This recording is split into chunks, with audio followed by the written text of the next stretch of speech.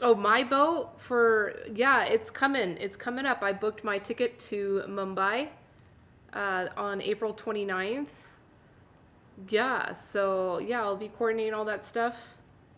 Cool. Awesome. Well, I'll be celebrating your birthday on a cool international trip.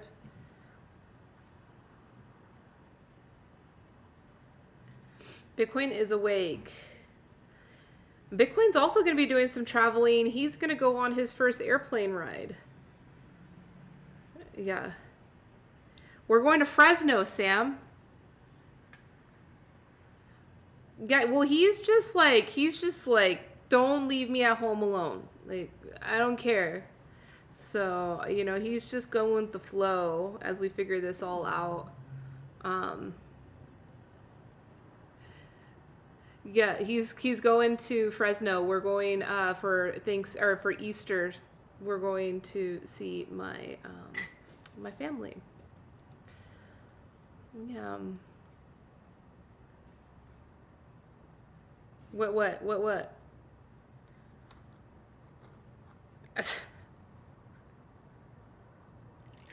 Oh, yummy tea. That should be what cultivar, what. Mmm. Yum, you're going to enjoy that.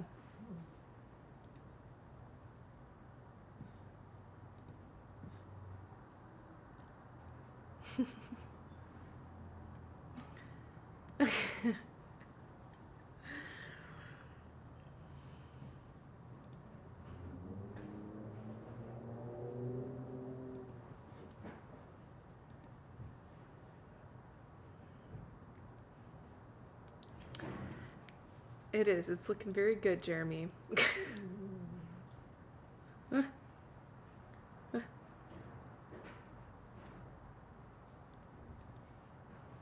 Oh yeah.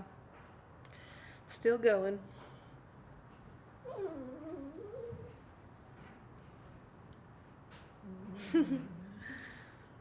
Are you feeling really down on energy?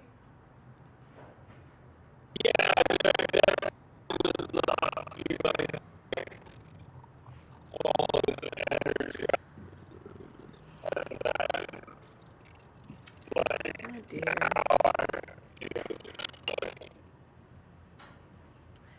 I've got to solve these technical issues. Hopefully I can get the audio with these guys.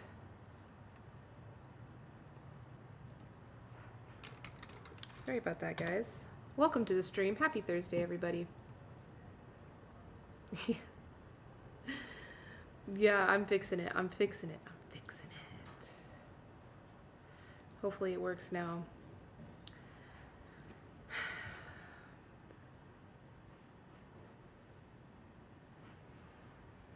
It's good now. So if I'm going to start serving tea over the summer, then I should get my vaccines before then. And that qualifies me as food service. Makes sense to me. And it check any sort of verification whatsoever. Was it like a long process, or is it kind of you just show up and they're just like, right, here you go? It took Hannah 20 minutes to find me an appointment slot when she did it on Sunday. And she was able to get me booked for pretty much any time I wanted today. Wow. I see. So, I don't know. I just imagine and I showed up 50 minutes late to my appointment at CVS, and it was like no big deal. They had like a little cubicle. There was like a little cubicle set up basically right next to the bathroom. Huh. And yeah, I mean, that's still pretty cool. Yeah. So yeah, vaccines seem to be available. Kayla was saying that all of Arizona could get their vaccine now. Yeah, I mean, supposedly, like by May 1st, there's going to be there's going to just be no restrictions on who can get it. That's really good news. Indiana, by the end of the month, is going to open it to everybody over 16. So it's going quicker than they expected here. Missouri is April Yeah. 9th. So It's happening.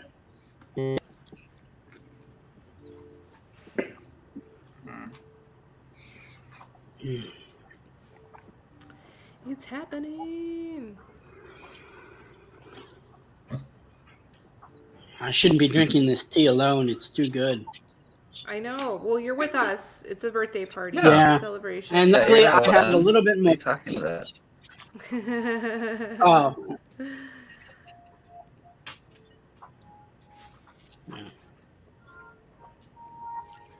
I'm going to count my steeps on this one. Use your steep counter. Yeah. 1. Is your steep counter just like a 20-sided die? No, it's beads that I just move back and forth. Oh, cool. Oh, wait. So Yeah. you have to keep count of how many times you've gone, how many laps you've done? Well, 5. It's not much. I can handle that. I like Cinnabar's one. She's got it like on her tea table, the whole line up there, and you can move the beads. And there's a lot of beads, you know? Yeah, but it's so intrusive. Intrusive? I mean, that's not the right word. It takes up so much space, and I don't know. But I took from her and using red beads, bar beads. So, We need an advocate to keep that.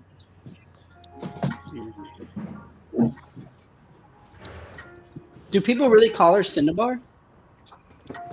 I believe so, yeah. Oh. I've never been introduced to her other than that. Or maybe it's just because all the people that like have introduced her to Maybe. me have all been from like the blogging world. Yeah, does she still blog? I don't know. I don't think so. I haven't seen any. No. Who blogs anymore? I don't. I used to, but then I'm not good at it. It's like we Why just- blog when you can stream every day, you know? Yeah, easier. I'm not good at that either. Oh. Yeah, people like videos apparently. Yeah. Yeah, video is a lot easier. Oh my God, Sam's the winner. What's the prize? He danced the longest. Oh. Oh, did mine stop dancing? Mm-hmm. You refresh. Ah! You win this time, Sam. I'm no longer sitting down. I know, mine stood up too. I'm like, okay. My legs were getting numb.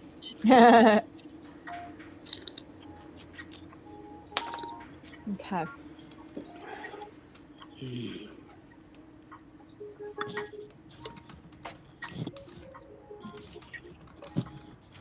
And maybe I should move to video. For vlogging, I guess they call it. Mm-hmm. I don't know if I'd be any good at that. I'm not good at editing, and I don't have the equipment. No. It's not as hard as it sounds. It's really not. I think you can do it.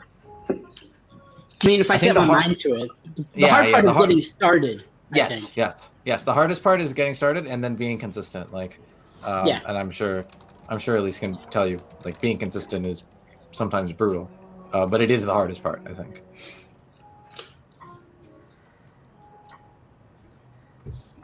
Yeah, Elise got me through the pandemic.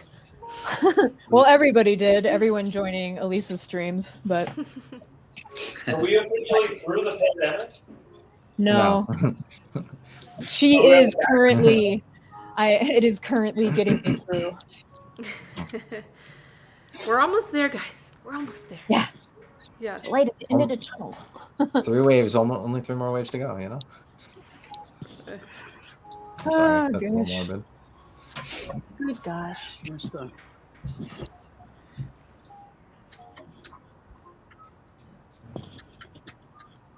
Man, it might be done out here. What are you doing? Just painting stuff. I was practicing the 10-minute spacescapes. Nebula? Yeah, it's like the sideways view of a spiral galaxy or Oh, something. okay. Yeah, yeah. There's this guy on YouTube who I think his channel's called Stay Creative, and he does 10-minute paintings of like all sorts of stuff. And I was like, I have no excuse. 10 minutes, like, and I can make, a galaxy. Yeah. And then I'm taking old Yeah. T-Rex pins and I'm turning them into this geocache series from Avatar: The Last Airbender. So Cool. I know where you might be able to pick up a whole bunch Awesome. of those. we were talking about that. I was like, if it's in Arizona, I'll go collect them.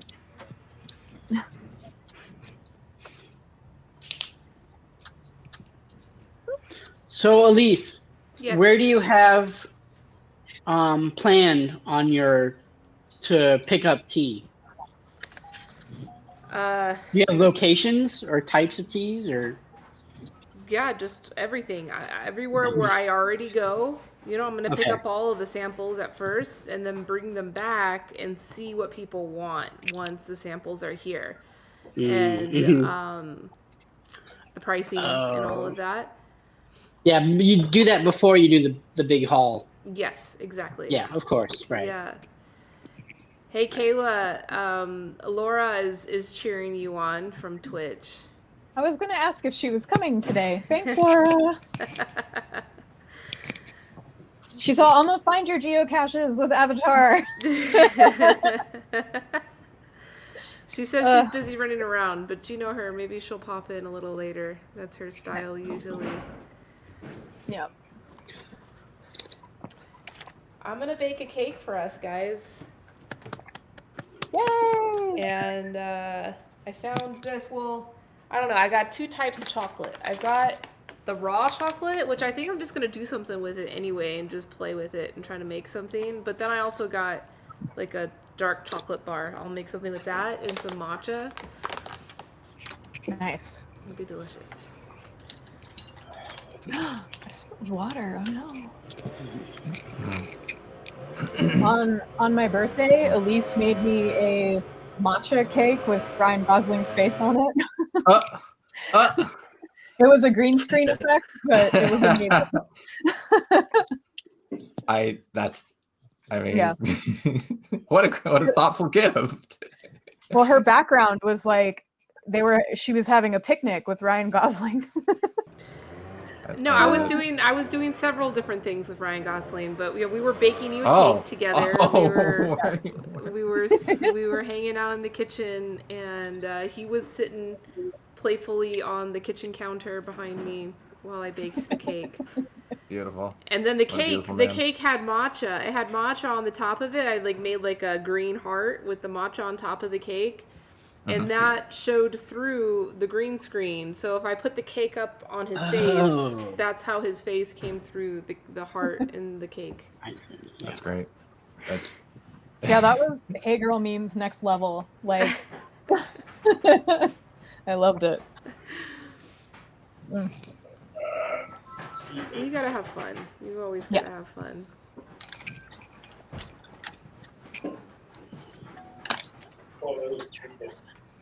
I've been baking more since the whole pandemic started. That's great. But nothing with faces. I made bread, which is cool. I've made bread before. And I made chocolate cake from scratch because I really wanted chocolate cake. So I just did it. It was like, I'm an adult. Who's going to stop me? It was good. But nothing... I don't really have an artistic bone in my body. I like cooking. I like baking. But nothing pretty, I guess. Just tasty. As long as it's yummy. And even if it's really not. What?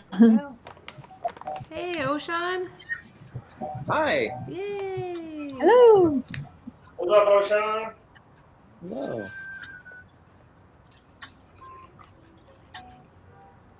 Hello, hello, hello. Let's see. It looked like your tea table was a UFO there for a second, at least. Nah, When you're moving, yeah. Maybe, I think I that's the love origin of that. tea trays. Actually. That's why they have those round tea trays. It actually came from UFOs. That's where they. So cool.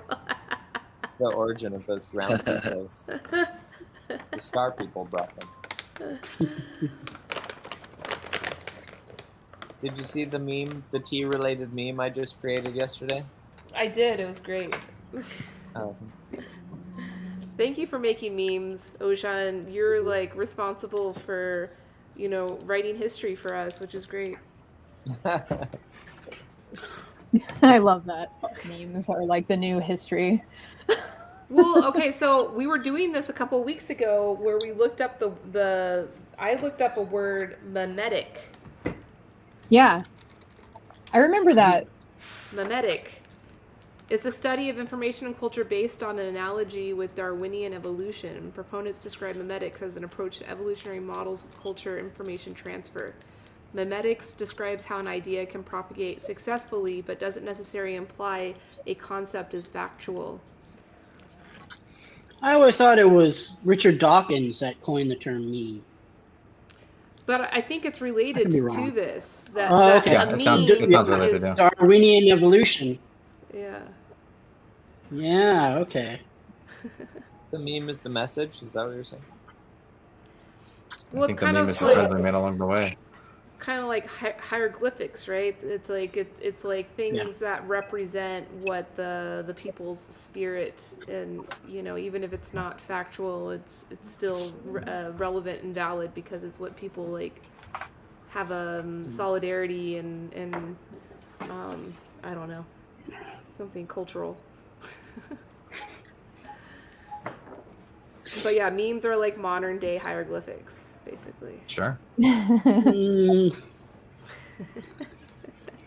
So do you think some of the inscriptions on like the Sphinx and things in Egypt are like actually like just like lolcats from back then, or is that? Well, kind of. I mean, I think the I meme think it wasn't was just people were always. tagging on each other's pyramids and stuff. Like one guy would come over and he'd like tag up the side of his friend's pyramid, and then he'd be like, "Oh yeah," and then he'd go back and he'd like tag up the side of his place. It's the original Amazing. graffiti wars. Amazing. Honestly, It's true. True story. I believe it.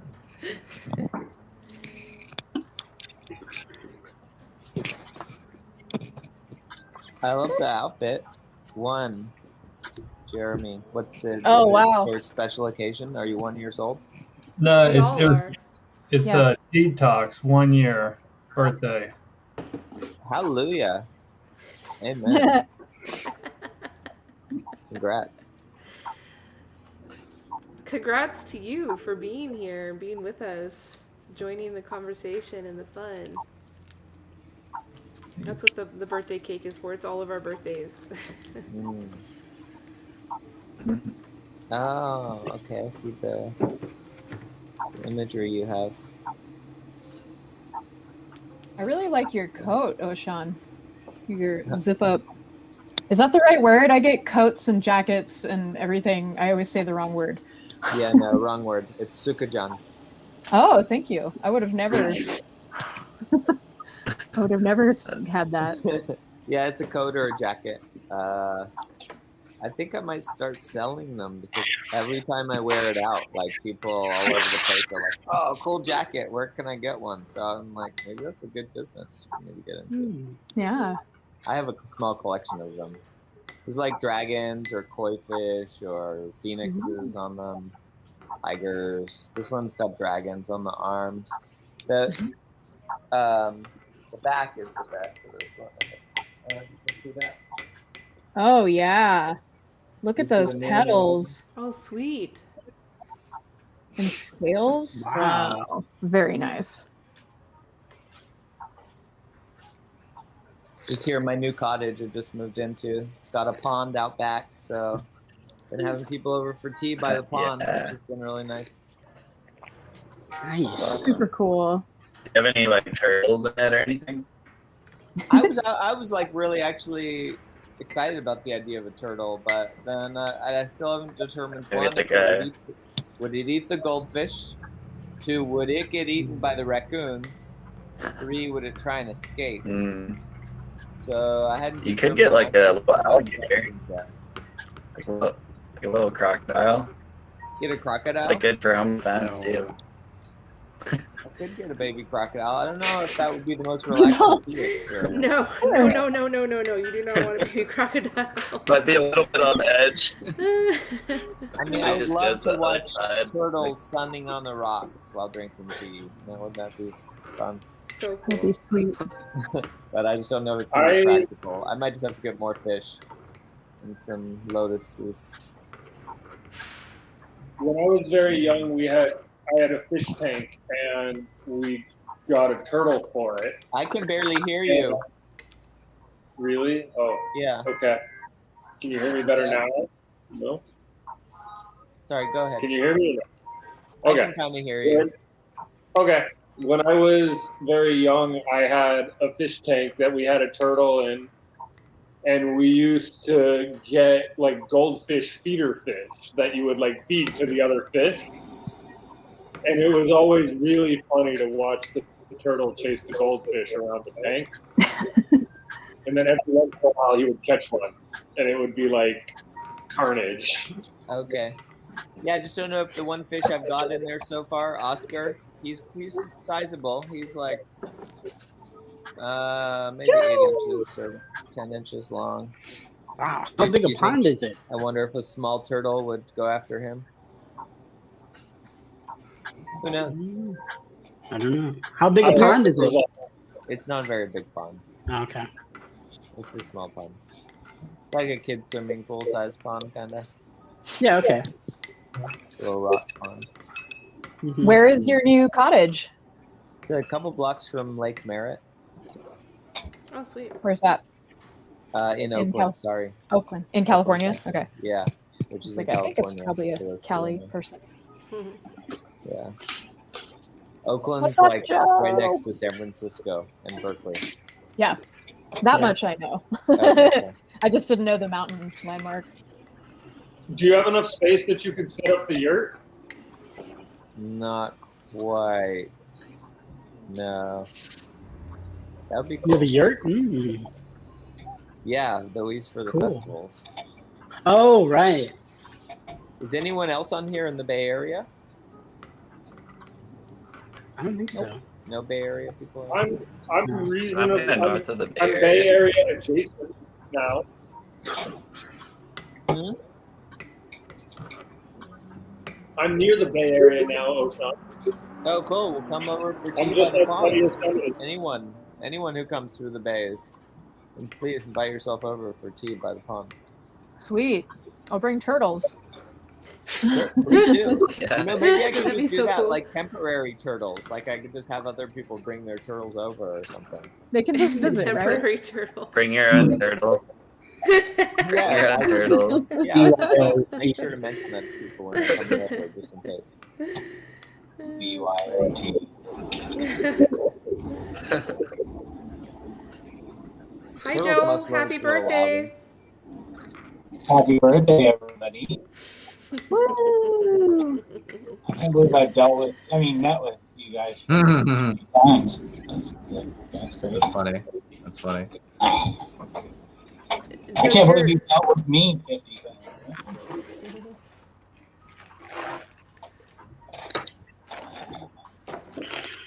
Good stuff. So, I've been here every 50 times. I think Sam's been here like all but maybe 1 or 2 though. Yeah, I think I've only missed a few. Well, you traveled and stuff. I think Yeah.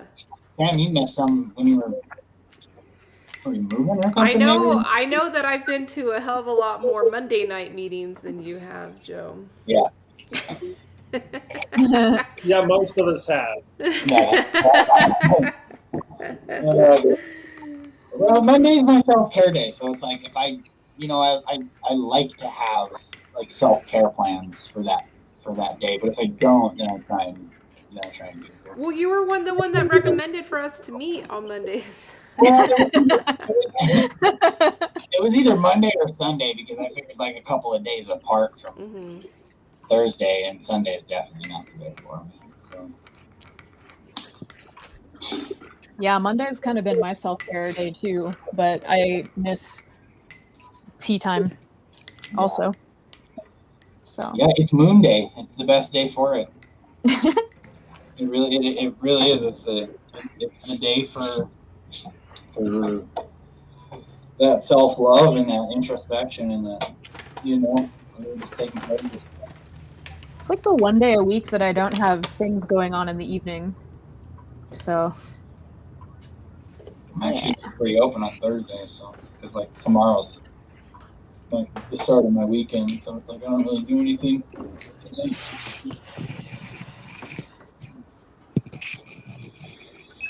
I'm trying really hard not to dip my brush into my tea. I should probably move it to a different spot.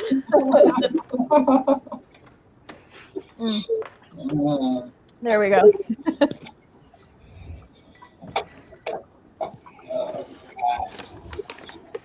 I haven't had Don Foot in 3 days. Yeah, Joe, what are you gonna drink? What tea are you gonna drink? I have a long gun smoked rap song today. Oh, yum.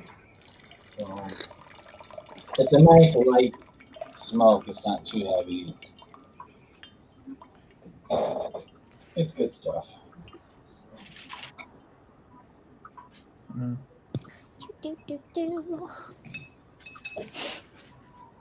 No. Here, I don't know. I might be missing some more sessions. I don't know. Life's picking up again for the year. Yeah. Sam, I feel like the last couple weeks you've just been cozy on the couch and not feeling good. Well, last week I was in good shape, but before that I was recovering from my poison oak battle. Right. Mm-hmm. So that took like 3 weeks. But it's better now for good. Yeah, yeah. Until you go definitely do more yard work. And no. No, I've been out doing more yard work since then, and like have just been like taking better care. Nice.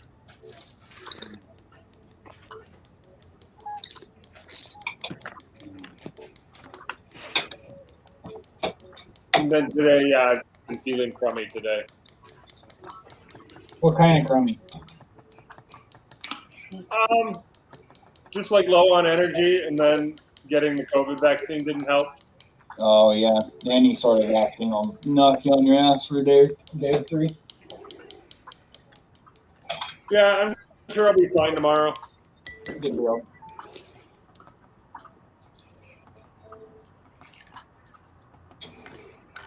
That is a lot of tea. I've been holding a lot of space this week for a lot of tensions within a team of people. Yep. And the result there is that my energy is just a little on the lower side. Yeah, that's Makes exhausting. Perfectly content and happy doing it, just not feeling like full of energy and life. Yeah. But that's okay. Yeah. Hey, Mafelda. Mafelda says hello from Facebook. Hello. Hello, Mafelda. What's up, my father? You watching your stream instead of working? I'm sure they're working. They're always working. Yeah, I had pretty mild side effects from the vaccine. All that happened was one of my fingers fell off, but it's not really one I use very much anyway, so I'm not really that worried about it.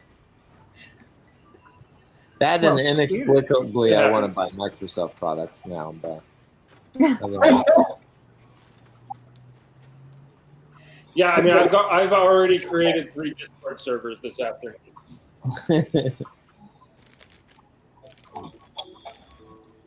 Wow, Joe, you're really getting the most out of that. Was it a oolong? It's Lapsang. Oh, Lapsang Shushang. Okay. Yeah. It's man. There are very few things in life that I enjoy more than smelling a gaiwan, man. I'm like, that is for real too. It's a drug at this point. Guy one smelling? Well, I'll have sessions with other people that aren't really familiar with Gong Fu, you know, and I like hand them the gaiwan like it's the coolest fucking thing in the world, and they're just like, okay, yeah. And I'm like, man, you just take a big deep breath.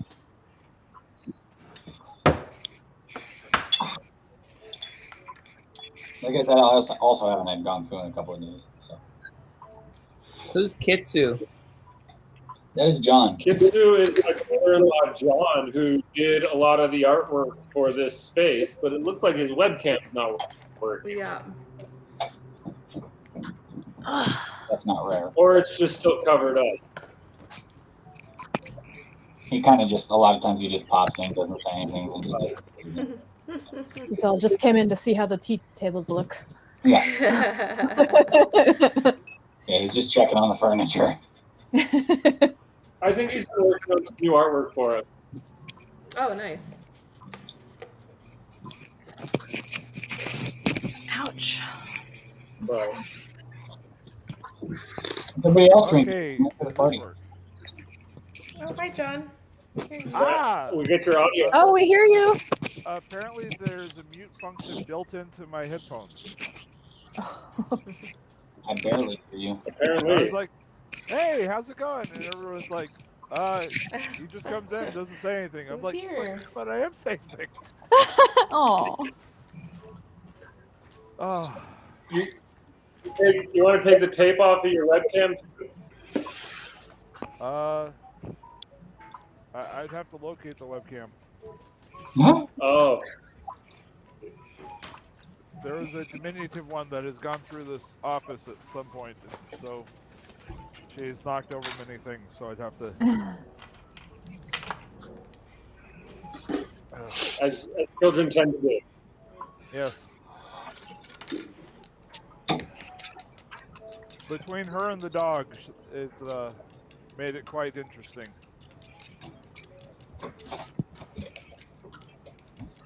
I believe it. Although I think the dog makes less messes. I believe it. Oh, okay. I have a Google Eye that goes over my camera when I'm not using it. It makes me happy. So it's googly eyes at you? Huh? So it's just googly eyes at you? No. Oh. Yeah. Well, there's this little green light that comes on when my camera's on, and it bugs me, so I cover that instead. Mm. So you still have a googly eye looking at you, always. Yep. My computer's always googly-eyed at me. That's cute. Just one, not a pair. Just one. If anything, it's the third eye.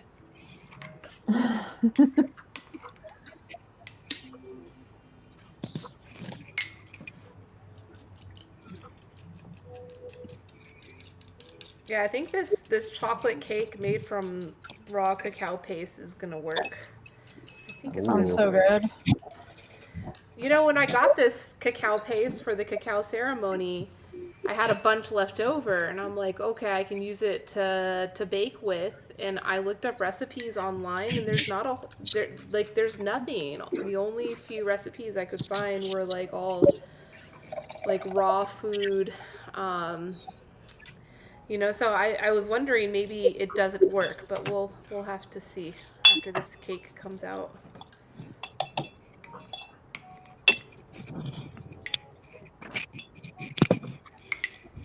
that over there. Okay.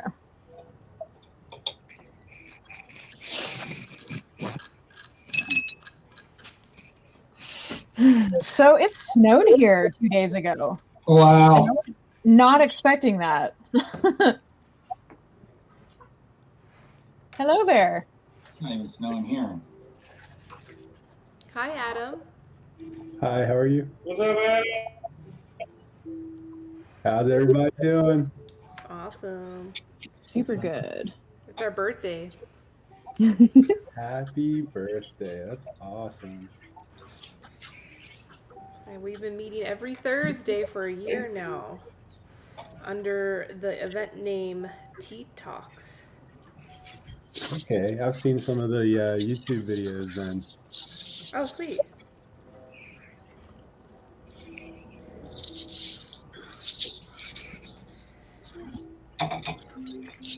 YouTube. So that I guess that's through the T-Let's channel.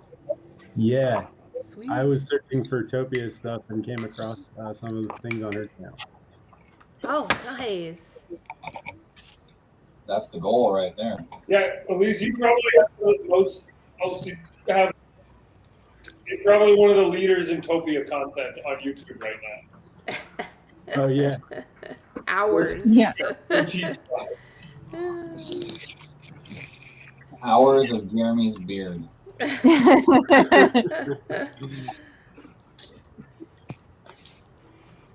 is intense. Bro. Where are you at, Adam? South Carolina. Oh, nice. We had a little tornado warning today. It was beautiful. Oh wait, I heard there was one went through Alabama. I don't know. Yeah. Maybe in the same system. Wild weather. Oh, yeah, Kayla, you were just talking about getting snow. It was pretty chilly here, a little windy and chilly here in Vegas earlier. Yeah. Next week, I'm dropping a friend off on the Arizona Trail, and I'm a little concerned for her because there's going to be a bunch of snow. And she was waiting for the old snow to melt, and now there's like a fresh layer. So, and it's at like 8,000 feet. So I don't know if it'll melt or not. But we shall see. Nice here. Is it like it's above freezing then? Well, yeah, it's like, I don't know, it's been in the 40s. Oh yeah, that's nice. It's 40, like downright warm. Yeah. Well, and when it says like 45 outside, but there's no clouds, it's way hotter than 45 in the sun. The sun is brutal. Gotcha. I mean, hot enough. Like, I was sitting outside earlier today, and my phone was like hot from me. Since I'm doing stuff on it, and the sun was shining on it. So. Yikes.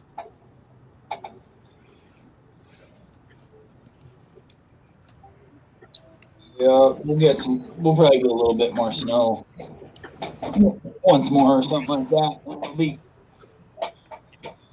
Have you guys started any plants? Any sprouts indoors? No. No, we don't really have the spot for it at our house to do it inside, so we usually just wait and then scoop things up from friends or from the local greenhouses. I wish I could give you some of my arugula. I'm like, what am I gonna do with all this? Yeah, I just don't really do it inside, so and it's just sketchy to do it outside. About May. So. Nice. Even then, even then, it's sketchy.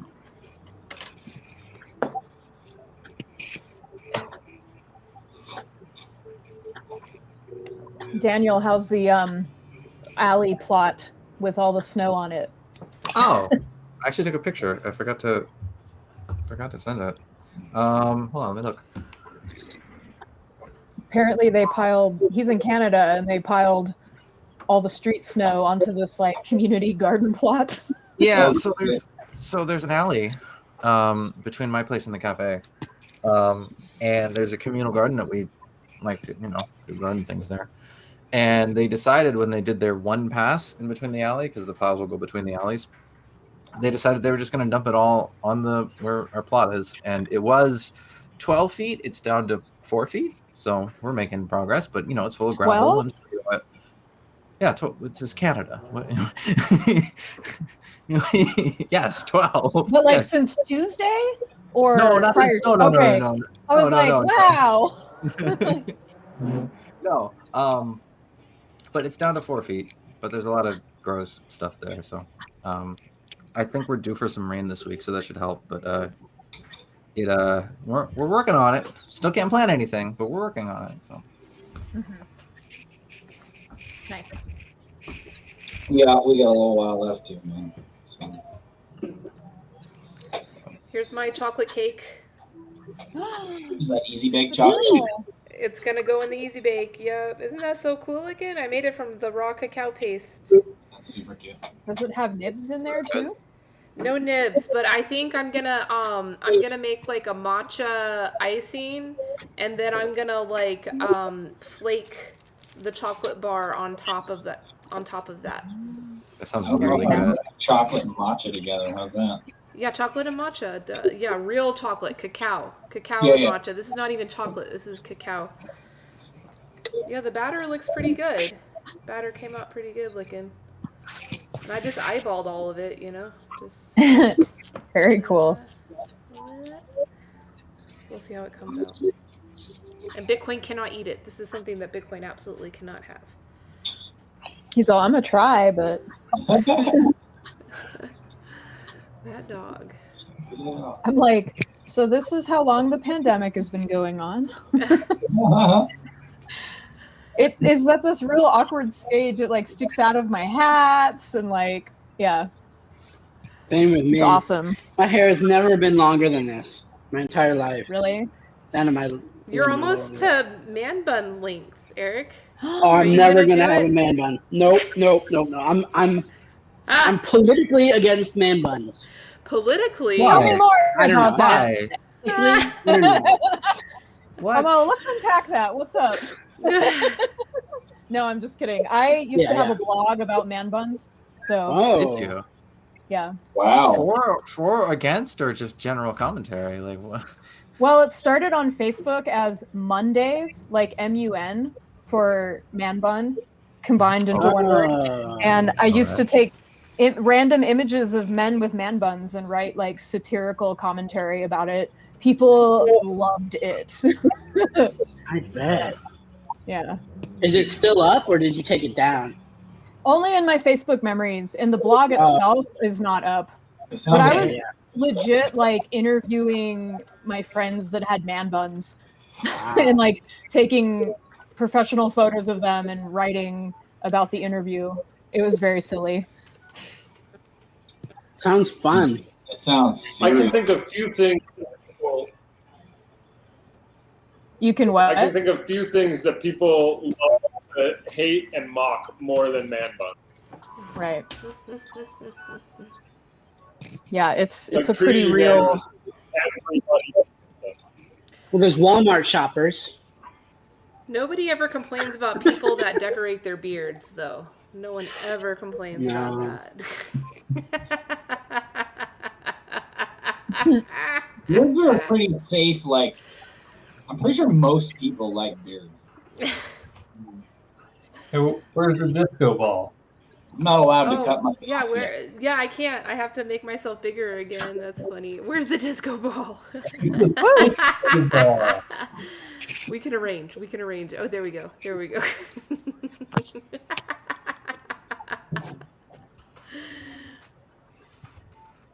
go. Wow.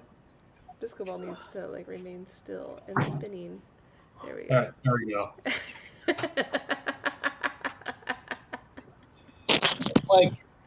It's like so wholesomely psychedelic. I should. That's amazing. Move this easy bake oven. We can get an even better shot. There we go. I can clip this afterwards. All right. There we go. Oh, Jeremy, we love you. You're such a good sport. You're beyond good sport. It's not even good sport. wow. You're like leading the pack. Yeah. Yeah. It went from like begrudging acceptance to like a full on just. Right. Yeah. Is that Lobby. just you're gonna do it, whether or not you do it right or wrong. Just put everything into it. You'll eventually do it well if you do it enough. Mm-hmm. That's what I'm trying to do with these universe paintings. You're already doing them well, Kayla. What's that? I said you're already doing them well. Don't you worry. Thanks, Joe. Yeah, I can't paint fucking shit, so that is not my field. I'm not the visual artist kind of guy. I don't know. Have you ever sat down and like painted along with Bob Ross? No, I guess I haven't, but it's just one of those things where I don't know. I'm just not so visually oriented, so not only am I not proficient at it, but I'm not really attracted to it either. Yeah, that makes sense. I used to be able to mold, I could sketch, but I could never mix colors. Gotcha. That was my biggest trouble, was mixing the colors and getting the blends right. It just, for the life of me, I couldn't do it. It's a lot, That yeah. was back in high school, but yeah. One of my favorite classes was color theory, like learning about how the colors work together, and split complementary was like blew my mind. Yeah. So blue. But and then it's different for light versus paint. yes. Yeah. Mm. So oh, go ahead. I was gonna say the guy I'm seeing is colorblind, and we're gonna like paint together, and I'm kind of intrigued to see how that goes. But he's very like opinionated about colors, and he's like, you guys think that it's all these different tones and shades and stuff, but they're all like totally different colors. And I'm like, no, but science, like it's pigments mixing together and creating other things, and it's different for like pigment and light. And yeah, it's a fun conversation to have continuously. I am sure that is probably a complicated one. Yeah. Never ends. And then I forget, we'll be out somewhere and I'm like, oh yeah, the red one. And I'm like, I'm sorry, I mean the medium-sized one that's 2 from the left. So.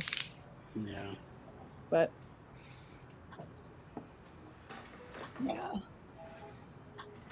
I have a friend who was trying to get me into like makeup and special effects art for like makeup and stuff. She was like, you'd be great at it.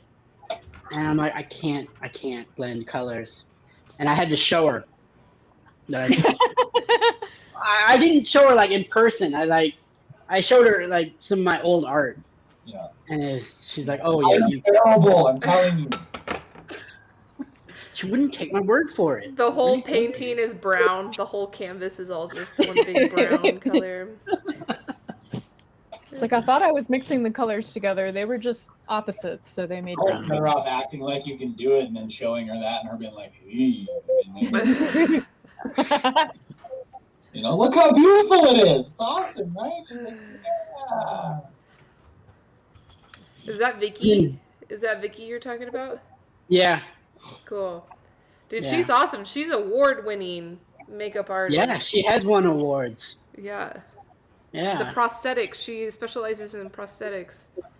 Cool. Yeah. For movies and things. Yeah, she did a lot of X-Files. Ha, Aliens. nice. Yeah. Did she? I didn't know Yeah. that. Yeah, that was like one of her biggest gigs. Wow, I didn't know that. She did that. She was Christina Aguilera's makeup person. That's where she got the award. What was cool. the TV show? I don't know. I didn't know Christina I forget Aguilera what was it on a is. TV show other than think it might The have been. Voice, right? Isn't she on The Voice or America or American No, I must be Idol? thinking of somebody else. Because I'm thinking, I'm thinking of an actress, not a songwriter. Mhm. That's it. It doesn't matter. Catherine Zeta-Jones? It's just gonna bug you for the next year. This is really gonna bug. I might text her. So I was talking about you to a bunch of strangers.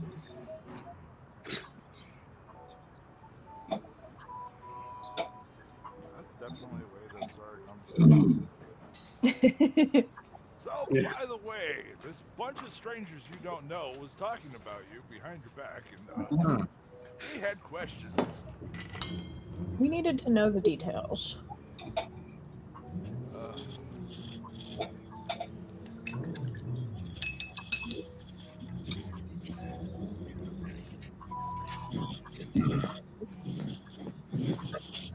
I'm gonna let that sit for a minute. I'll never know. Ah! Nice. That is perfect geocaching material. I kind of want to go get my geocaching collection to show you all my swag that I've kept. That'd be awesome. Yeah, it's in a real fun box. I'll be back. Sounds like proper birthday content. Yeah. To be honest. Show and tell. Yeah. I don't have anything fancy to show and tell. Not today. I got a bunch of tea. I'll never know. The package arrived safely, at least. Oh, good. It was a big one. It was. I always worry about that when I order big stuff, because it's usually the most beat up when I get it. Yeah. So it's kind of. I got a package from China. Luckily, it was just tea, but it was like crunched like Yeah, ridiculous amount. got some stuff from Horrible. India. Just like, oh my God, Yeah. what have you been through? And then I've got stuff from China that's just pristine, ridiculous. Yeah. DHL, man. Oh, I've gotten non-DHL stuff pristine. DHL is always pristine, Yeah. almost always. They do pretty good, man. Yeah, rightly Right. so. Right. I think Sam's asleep. Pay for it. Happy birthday! Yay! You need to hook up. At least you need to hook up like one of the midis with the sound bites on there, so we can. Be like, Oh, yeah. I do. Yeah. I do. You're We can right. I have one of those. Yeah, we can do all the cool sound effects for the stream. Yeah. Well, you know what I could do is I could set them up where you use channel points as like a user in chat to like activate those sounds as well. What does that I say? could. We go together, BFFs forever. Aww. It's an avocado. Oh, I couldn't even handle it when I found this. I like squealed.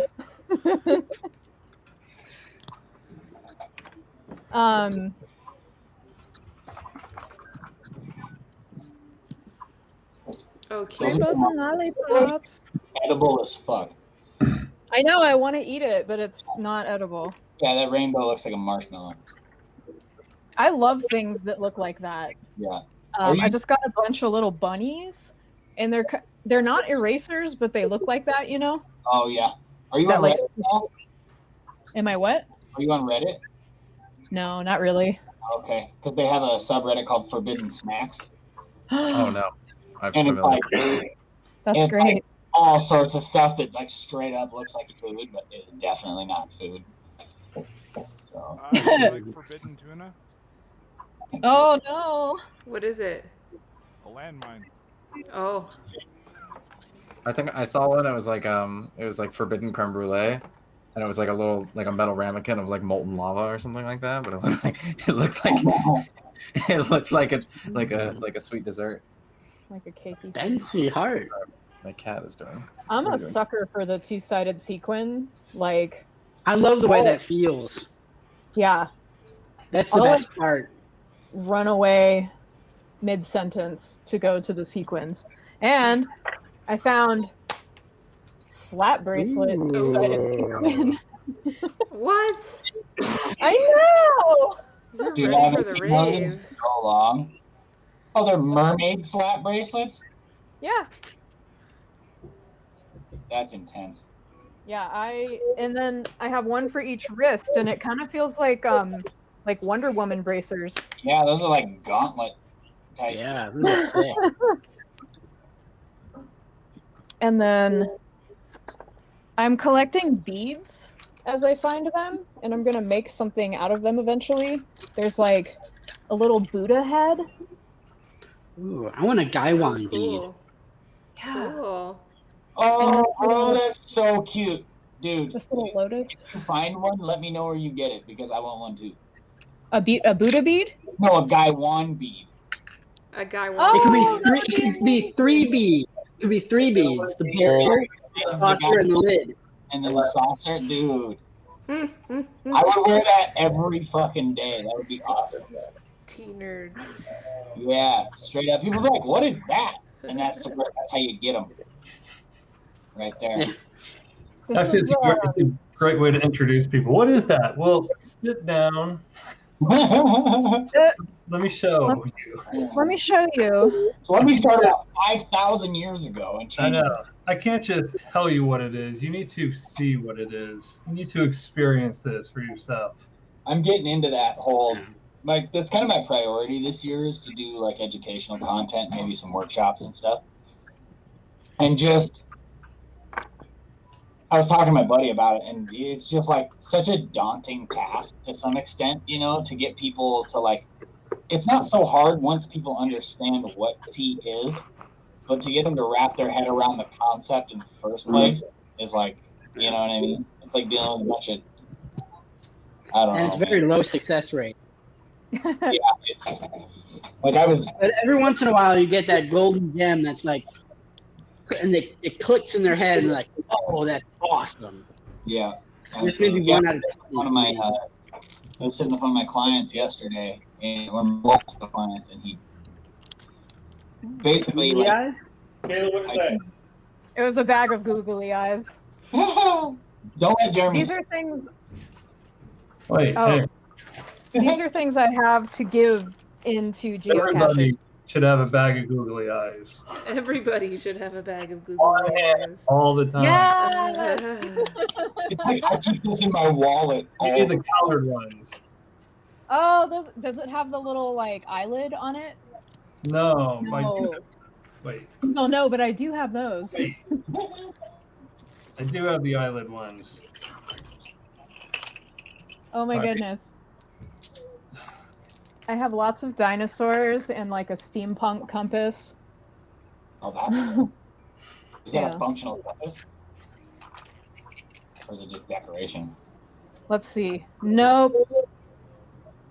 It's telling me north is this way, and that is not true. But a lot of people who geocache are children, and I think they would appreciate it for a necklace or something. Here's one of those bunnies that look edible to me, like the rainbow.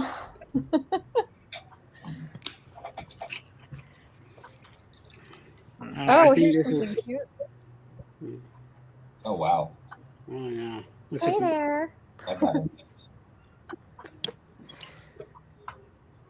Okay, hey, happy birthday, everybody. Honestly, feels really great to be one day old in dystopia. Really happy. I'm really happy to have been here for a whole day.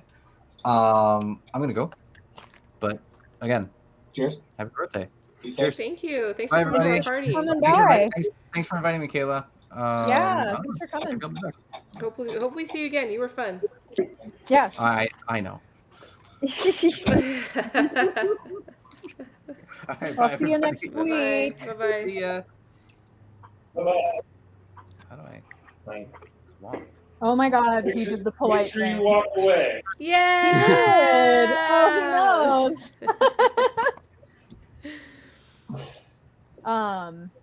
I also have little paintings I'm gonna give away. So, little galaxies and moons and skulls. Those remind me of like the galaxies you see in Futurama Yeah, Yeah, I love it. yeah. Yay! Thanks for looking at my swag collection. Yeah, anytime. Keep us posted as it grows. I found this, what's it called? A shooter, like a marble shooter, in Oh yeah. in the garage, and I've been meaning to like drop it in a cache, and I can't part with it because I take it out and the sun is all shining and it's like effervescent and like, or like what, iridescent? I think that's the word I want. Not bubbles in water. You say something, but yeah, iridescent. Yeah, Iridescent. Thank you. I get all those words mixed up. And all these bunnies. Bunnies for days. I just got a new bunny tea pet actually. Ooh. Yeah, she's cute. I want to see. Yeah, do you have it? Yeah, I'm gonna go grab it. I've got only one tea pet, and I don't use it very often. No. No. Well, technically just one. I have another one that's like the size of a tea pet, but it's the mannequin piss. Oh, nice. It's like a realistic PP boy. Yeah, yeah. The statue in Belgium. Eric, you need a pigeon tea pet to match your pigeon neck kettle. Yeah, I do. I wonder where I could get one. In the middle. I need someone to like make all these things. I need someone that can carve and stuff. Yeah. I'll get Vicky to make some Yaiwan beads and some pigeon tea pets. There you go. Does she make crafts like that? She can make things like that. Yeah. She was talking for a while of making gory tea pets, like zombie hands Oh, and cool. things like that. Yeah, she told me about that. I remember that. Yeah. I've only got 6 bunny tea pets. So this is my first one. Oh my goodness. Yeah. Wow. How cute is that? Yeah, it's adorable. So Yeah, it's adorable. where nobody knows what teaware is, the thrift stores are absolutely wonderful because they're full of just tons of teaware that's just sitting there. Mm-hmm. Nobody knows what it is, what to do with it. So you can really score some stuff. And also we got some little cups. Ooh, nice. We got like little cranes on them. Oh, pretty. So, very pretty. yeah. Oh yeah, I see it. Yeah, so we just like you find random scores like that at the thrift stores around here because nobody knows what teaware is. So it just sits on the shelf forever for like decoration at the thrift store until we come in. It's super random though. I mean, you have to be thrifting all the time to score every now and then. Yeah. Right. Well, ours we just like go in every 6 months or something like that, and there's always new stuff in there. I know the teaware moves, you know. Yeah. I saw some Northwest Tea Festival cups at a Goodwill. Wow. The same year that they didn't have the cups in time. And they were like $1.50 each. Crazy. Yeah, and people just don't know what they've got, you know. So. Yeah. Well, I think $1.50 for those cups is a little much, but Yeah, way too much. We've had this little Gong Fu set on our vending the entire time we've been vending for like 3 years now. And I don't think we've had one person that actually knew what it was. Like, we get people that will look at it and be like, oh, that's cute. And then they'll move on, you know what I mean? Nobody they'll think it's a child's tea set. Right, or something for like decoration, you know? Yeah, yeah. Yeah, so but nobody really knows like what that there's an actual function there. So that's why we just don't sell. Oh, sorry. Teaware. How did that happen? It's just not worth our time. What I need to do is design a French press. That's my goal. Is to make a good tea press. You know what's really functional? Jeremy's tiara, his birthday prince tiara. I like the butterfly. That's it's a good touch. I really like the tinsel. Yeah. The tinsel lay. You're straightened out. I can't figure out what to do with this wire, so I had to add a bird. There we go. It's like a culmination of everything. Like it, yeah, so great, wonderful. Mhm. Yeah. Oh, where's my I don't know if palette? this tea will make it to 15 steeps. Yeah. I hit 14, but maybe not 15. It's like need more. Have you kept your count going? Yep. I've been keeping count. I've been a good boy. What do you need, man? I've just got these circular beads on this piece of leather that I just kind of can move it. Oh, okay. Yeah. Are you guys all familiar with Bai Sao, the old tea seller? No.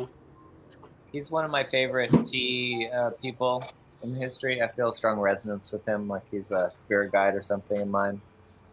And in 17th century Kyoto, he was a top monk at a monastery, and they wanted him to become the abbot, but he was like, no, I don't want to be telling other people what to do. And so instead, he kind of rebelled by becoming a tea seller, because if you're a monk, you're supposed to live by alms, by begging.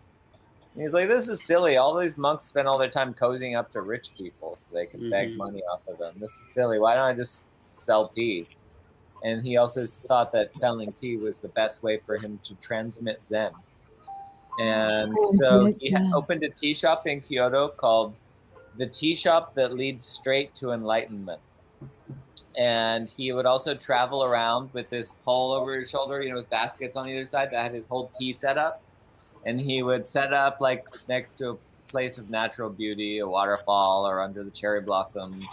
And he would just start pouring tea for whoever came by. It sounds like he had a little bamboo donation jar, and I actually just bought one from the flea market so that I could have my own. So he had this little bamboo jar, and it said on it, the price for this tea is anything from 1 sen to 100 in gold. But if you want to drink for free, that's all right too. I only wish I could offer it to you for less. And then he wrote some of the best tea poetry. He's like pretty much I think the top tea poet out there. I got the article already open for later, so. Yeah, so just here's a little sample. This is from 3 Verses on a Tea Selling Life. I literally have that open, yeah. I'm not Buddhist or Taoist, not a Confucianist either. I'm a brown-faced, white-haired, hard-up old man. People think I just prowl the streets peddling tea. I've got the whole universe in this tea caddy of mine. 70 years of Zen got me nowhere at all. Shed my black robe, became a shaggy crank. Now I have no business with sacred or profane. Just simmer tea for folks and hold starvation back. That's beautiful. And I really resonate with that. I've got the whole universe in this tea caddy of mine. Yeah. Because I can't tell you how many times I've sat down to the tea table and been like, it's all right here. Yeah. Like some deep revelations of like, wow, it's legitimately all right here. That's awesome, man. I'm going to have to read it later. You've been to his shop, Oshan? I'm sorry? Have you been to his shop before in Kyoto? No, this was in the 1700s. Oh, okay, interesting. Okay. Yeah. That makes a lot of sense. Yeah. Yeah, he was very influential in his time. A lot of intellectuals and thinkers and movers and shakers, were in his sphere, would come by his tea shop. He was inspired other people. One guy, because he called himself the old tea seller, so one other guy started to call himself the old physician and would go around offering medical care to the poor by donation. That was sort of inspired by him. Yeah, one of those people that has an impact on you. We need just to like have a brief interaction with them on the street. You're just like, wow, that was profound. I would say that Kyoto right now is the most depressing I've ever seen it. Oh. One of my friends, he had business in Kyoto, so he took some phone imagery of it. The streets are empty. Most of the people aren't there. The shrines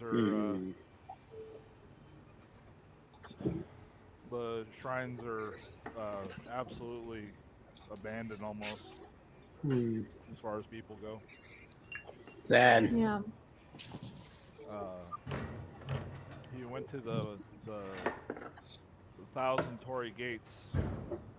So when me and my friend, I lived in Okinawa for almost 5 years. So for $30, we could take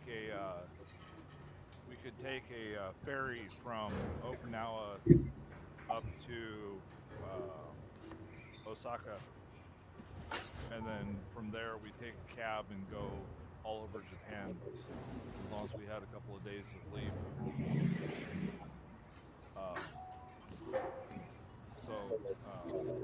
Got to see Kyoto, got to see Akihabara, got to get up and spend 2 days going to the Fox Islands, which was my highlight of living in Japan. So, but trying to get up the Torii Gates to the Fox Shrine was like trying to go up a very, very angry river. Because there was hundreds and hundreds of tourists that would stop in the middle of this very narrow pathway to take selfies. Did they have selfie sticks? This was before selfie sticks, so they just stick their arm out, nearly hitting people next to them, and they wouldn't announce that they were about to take selfie sticks. All of a sudden, there'd just be arm and click, and they're chatting away like little squirrels, and then they would take a couple more steps and stop, or they would be in the middle of the Torii Gates, and then they would check their bags for something. It sounds a little bit like in Las Vegas when you're at the bottom of an escalator and people like don't know where they're going in the casino and they just stop. And it's like, do you know there's like 30 people behind you? We're all about to touch you and push you. Well, there's like this not intentionally. There was this little Texan lady in the middle of the Torii Gates, like standing there talking to someone else, and just totally bottlenecking. And if I was about to the point where she was small enough, I could have picked her up by the shoulders and carried her to the top of it, set her down, had her friend stand next to her to talk, and just move the whole procession along. Yeah. But it was like, do I have your consent to move you? You don't seem to be mobile. Allow me to assist. Right.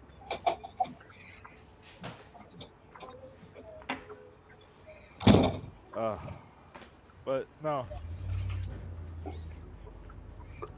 Seeing Kyoto with no people in it is probably the most depressing thing I've seen since the pandemic started.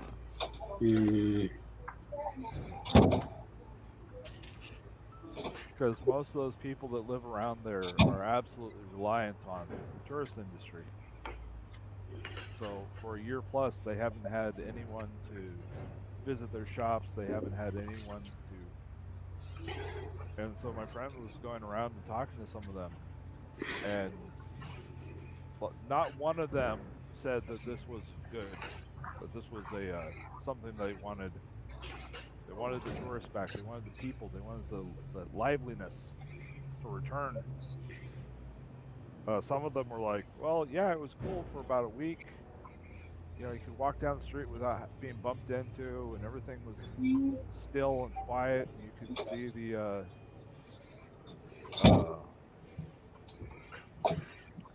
there's a Zen garden near the temple, and it is one of the most picturesque settings. It has 13 um,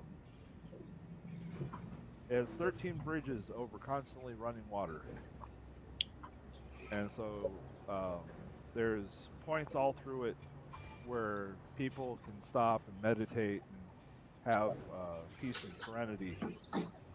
And so it was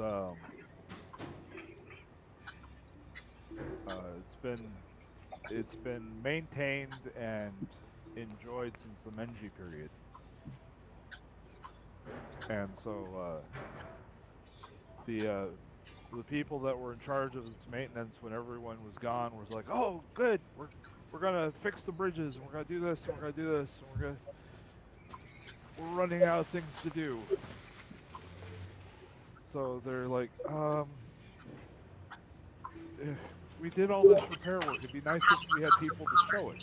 So we disown it, we stuff it down, and we're like, no, I just want to be in the flow and have him do. It'll just happen, and and usually what happens is then you end up feeling. I don't know what just happened, but I was like, somebody was giving us some words. Sorry, yeah, I was scrolling through my Facebook and there was some relationship advice coach thing that started playing. Gotcha. I'd say that they're not welcome. It's just unexpected. I'll just hold it. Oshan, how has your Go ahead, Sam. I just noticed that there's a happy face in the birthday cake. It's so cute. Yeah. Ooh, I like the galaxy. That's a good one. Took way longer than 10 minutes, but Oh, wow. That's okay. Yeah. That's awesome. Well done. Thank you. So I what are you put this doing with all purple. these? What's that? What are you doing with all these? I mean, right now they're just sitting in my art space and. Like really stacking up. Well, the little ones, I haven't done too many. Okay. And some of them I'm like putting in geocaches and getting, rid of them that way, but I'll probably make them available at some point. Somewhere. That's awesome. Yeah. Yeah, it's just that like I feel like that's any artist's conundrum where they're like make too many pieces and they're like, well, now I have to figure out something to fucking do with all this. Yeah, that's my dad. He's got 5 decades of watercolor Right. that he's done. Well, that'll be yours to inherit one day. I'm already I don't know what I'm gonna do with all these paintings. But that's why you find an outlet and create some hype before you start making paintings. Yeah. And my Ash's boss, it also does painting just for fun. She does kind of like realism stuff. It's pretty damn good, honestly. But she's really well known in the community, and now she's doing commission painting and stuff like that. So she can't keep her paintings fast. They're gone long before she even makes them. So I'm that's how you working do it. towards merchandise. I was actually looking at a button press today, and I want to change my digital handicap of putting my artwork into a computer and making it usable that way. Gotcha. So, yeah. And then the acrylic painting is, mostly just therapeutic and fun, but Right. That's why I say eventually, you eventually just have 300 paintings, and you're like, some of these are good. What am I going to do with them? yeah. Elise, were you gonna ask me how something was? Yeah, I had noticed that you posted a public dating, matchmaking thing that had a lot of engagement on it. I didn't go through it and I didn't post to it, but I wanted to ask you how that experience was. I think there were some great connections made, and I think there's at least one relationship started because of that post. Cool. Cool. Yeah, unfortunately, their relationship is funny because it was a woman who I was kind of chatting with online a lot, and I think she was like kind of chatting two different guys, me and then some other guy she met on my dating, my matchmaking thing, and she ended up going with him. Isn't that a story? Jeez.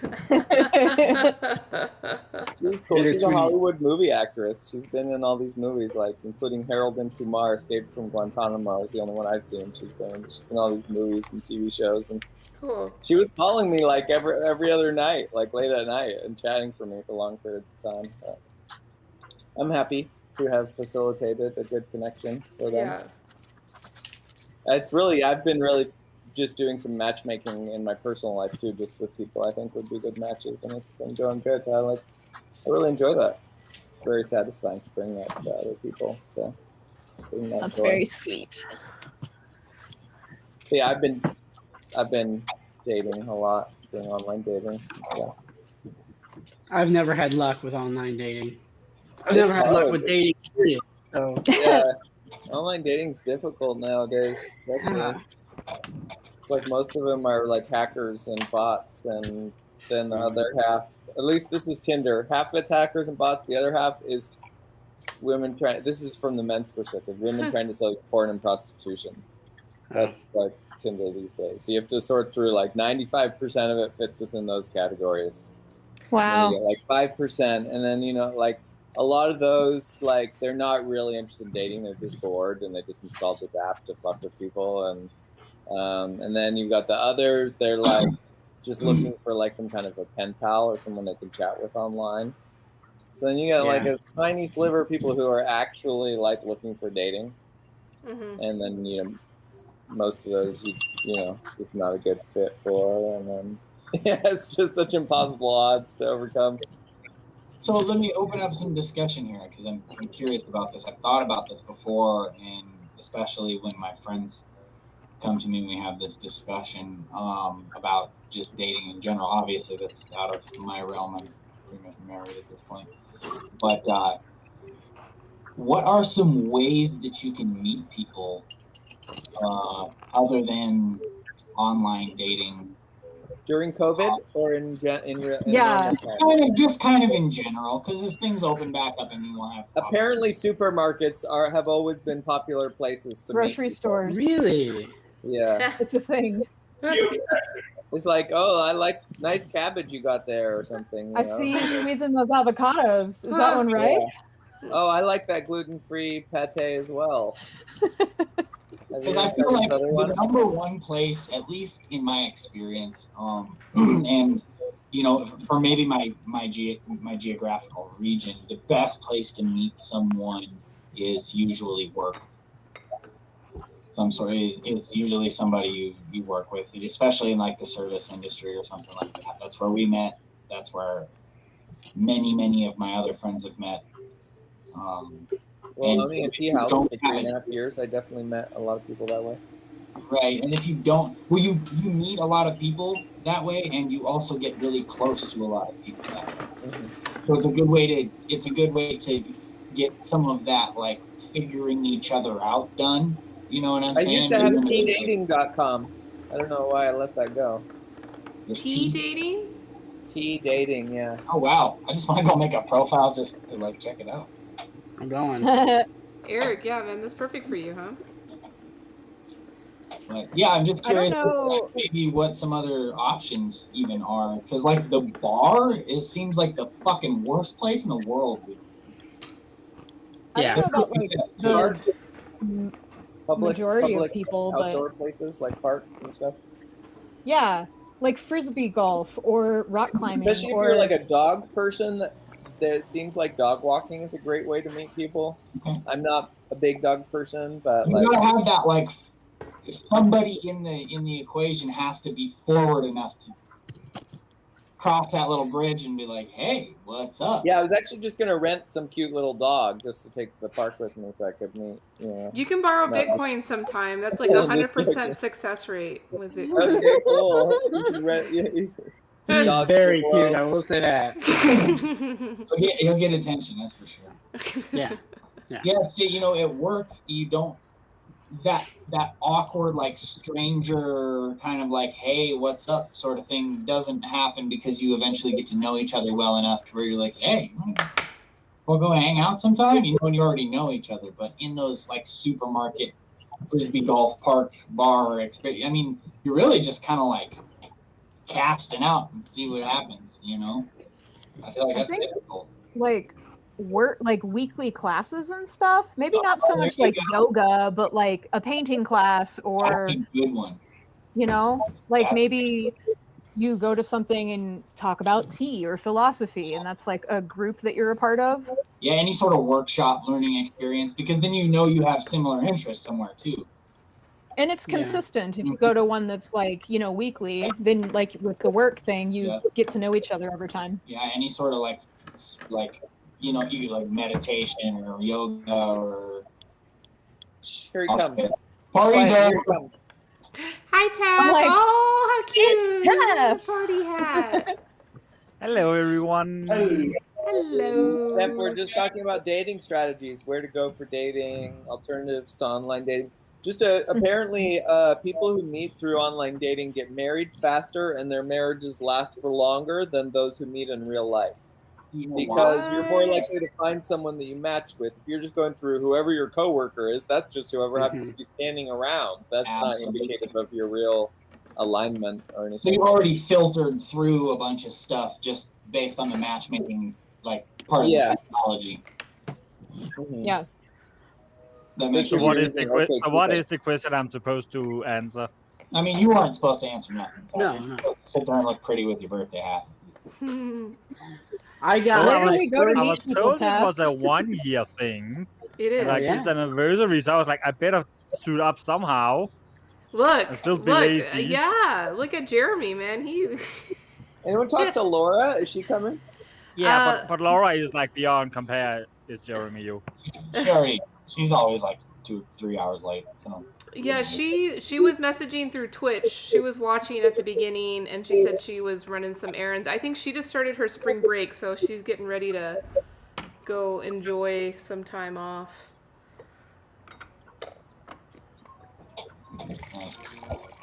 Yeah, Tef, where is the most popular place to meet other single people in Denmark?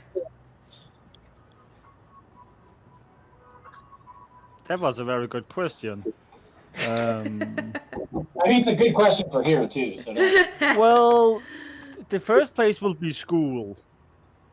Like college or something like that. Yeah, One yeah. was like buying hash in Christiania or something. School will be the first thing, and then the if you have some kind of club activities, then that will be the second place. What And activities? then club activities, Club, like okay. if you go to a drama group or if Oh, you are not knitting. nightclubs. Okay. Oh, Yeah. okay, So yeah. nightclubs are the third thing. Nightclub, Okay. discotekos, and parodasco, disco dasco is like the third place where you go and dance, get drunk, and find the first one you really like, and take them with you home and have a wonderful night together, and then forget each other. Okay. That's so special. Unless you of course know how to exchange numbers and remember to call back. Not everyone is that good to call back. Some sort of the school and then like the club or like workshop or classes or like that's good stuff. I mean, that's solid advice for people who are. Well, who are out it's there more like looking that around. is a natural thing to do because like the first like 10 years of your life where you are mentally prepared to do something, you're going to school because Right. you're getting educated. You're using like 6 to 8 hours of your day together with a lot of other people. And for many people, also people of a gender you actually will fall in love with and like feel like this is someone I could take care of, and you are learning each other through the school time. And therefore one of the first ones you fall in love with tends to be one you go to school with, even if you're not totally aware of it, but your first crush tends to be someone in your school. And then the clubs not nightclubs. It's not what I'm talking. I'm talking about if you're like a scout or if you are like Or yoga. doing Yoga football, classes. yoga Yeah. classes.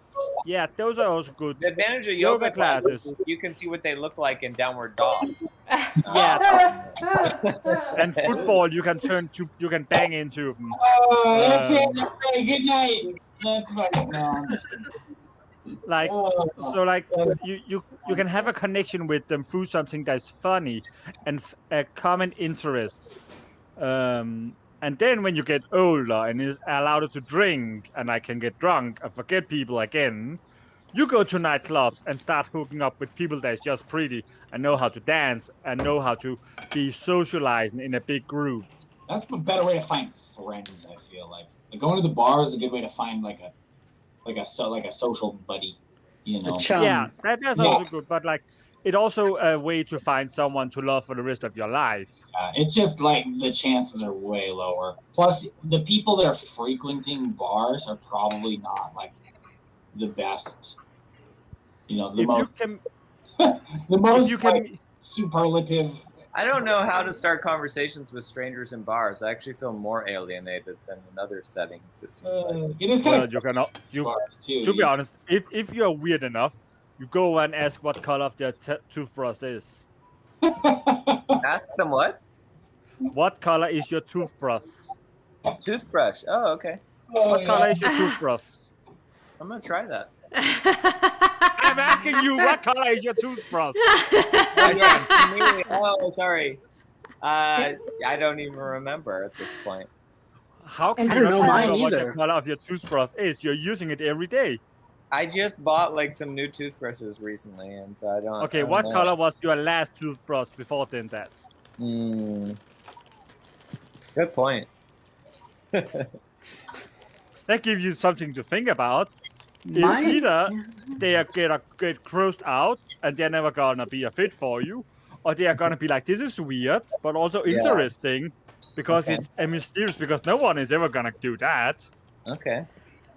Like Kayla, have anyone ever asked you? Yeah, you also been like mouth hygiene. Kayla, have anyone ever come over to you at any point in life and be like, what color is your toothbrush?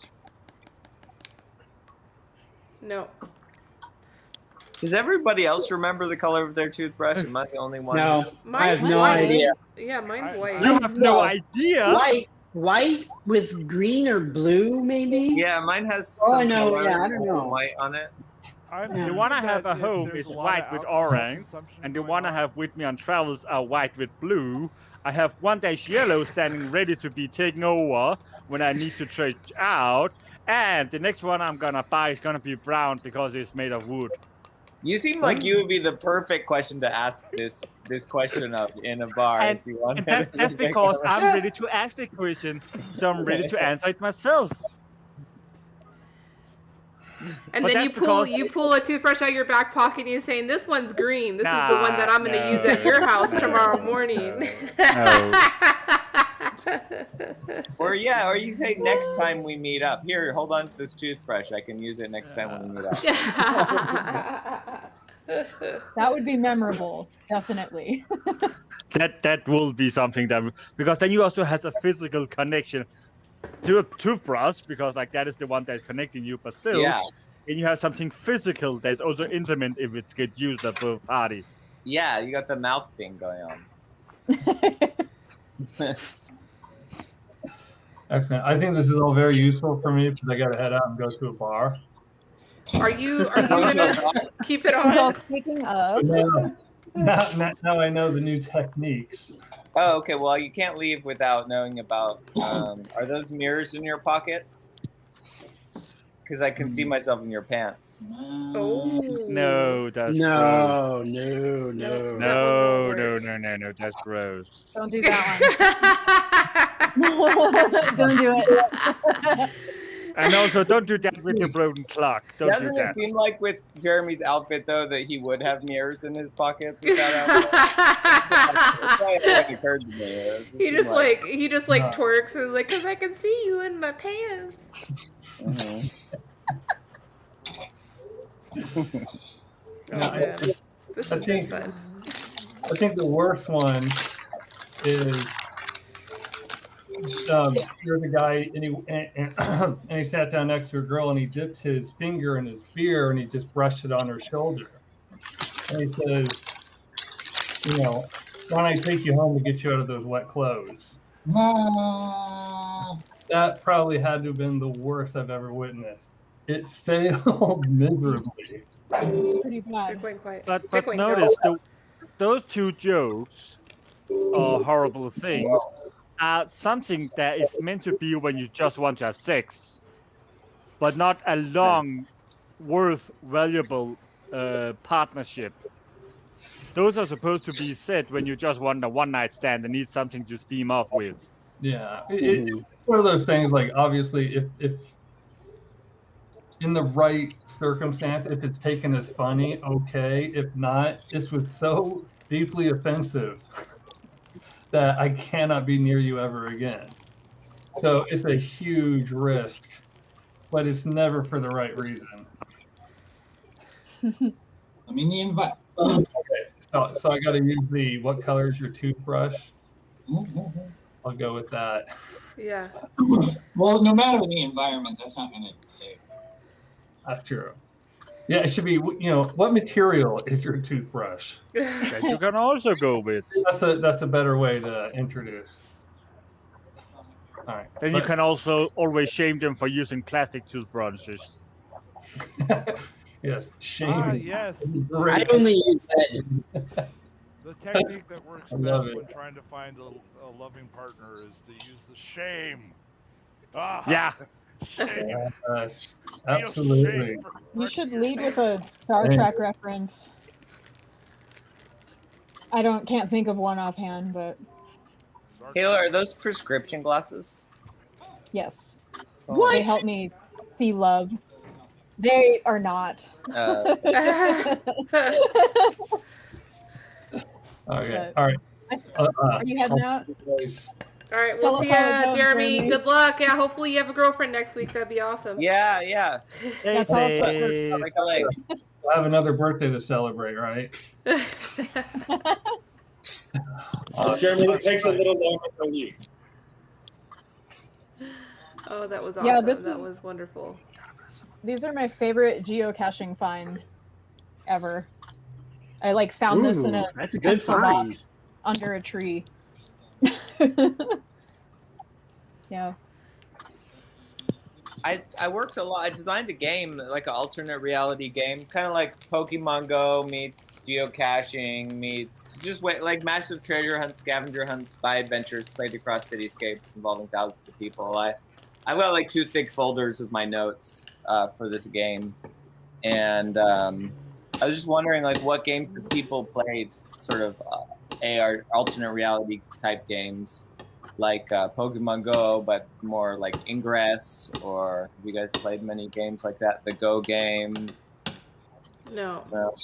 Nope. Mm. Just- I don't have a Yeah, single I like Go. game on my phone.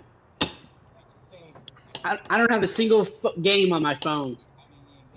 Yeah, I'm really fascinated by games that get people out in the world and meeting Yeah. people, building community, and I want to oh, create are you games. calling Are you talking about Yo, dating apps?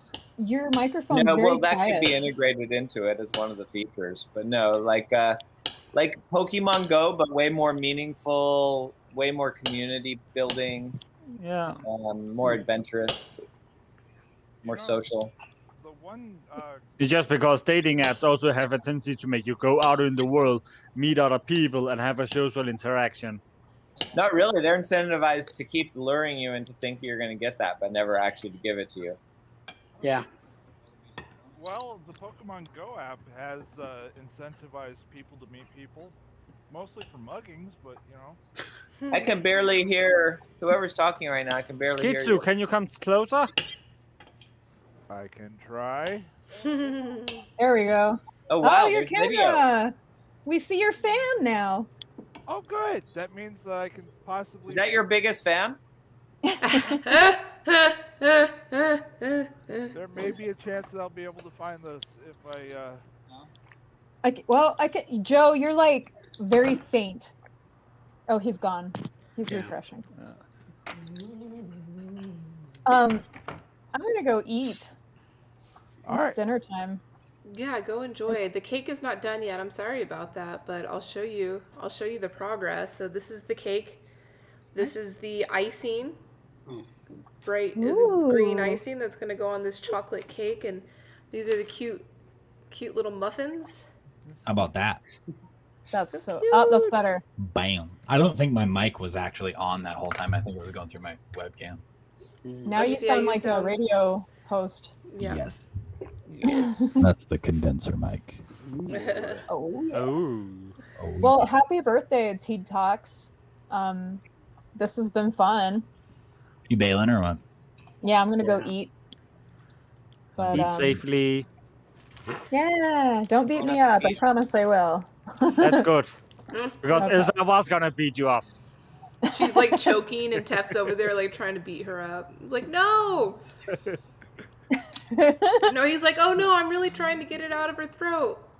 It's like this is the Heimlich. Well, Heimlich.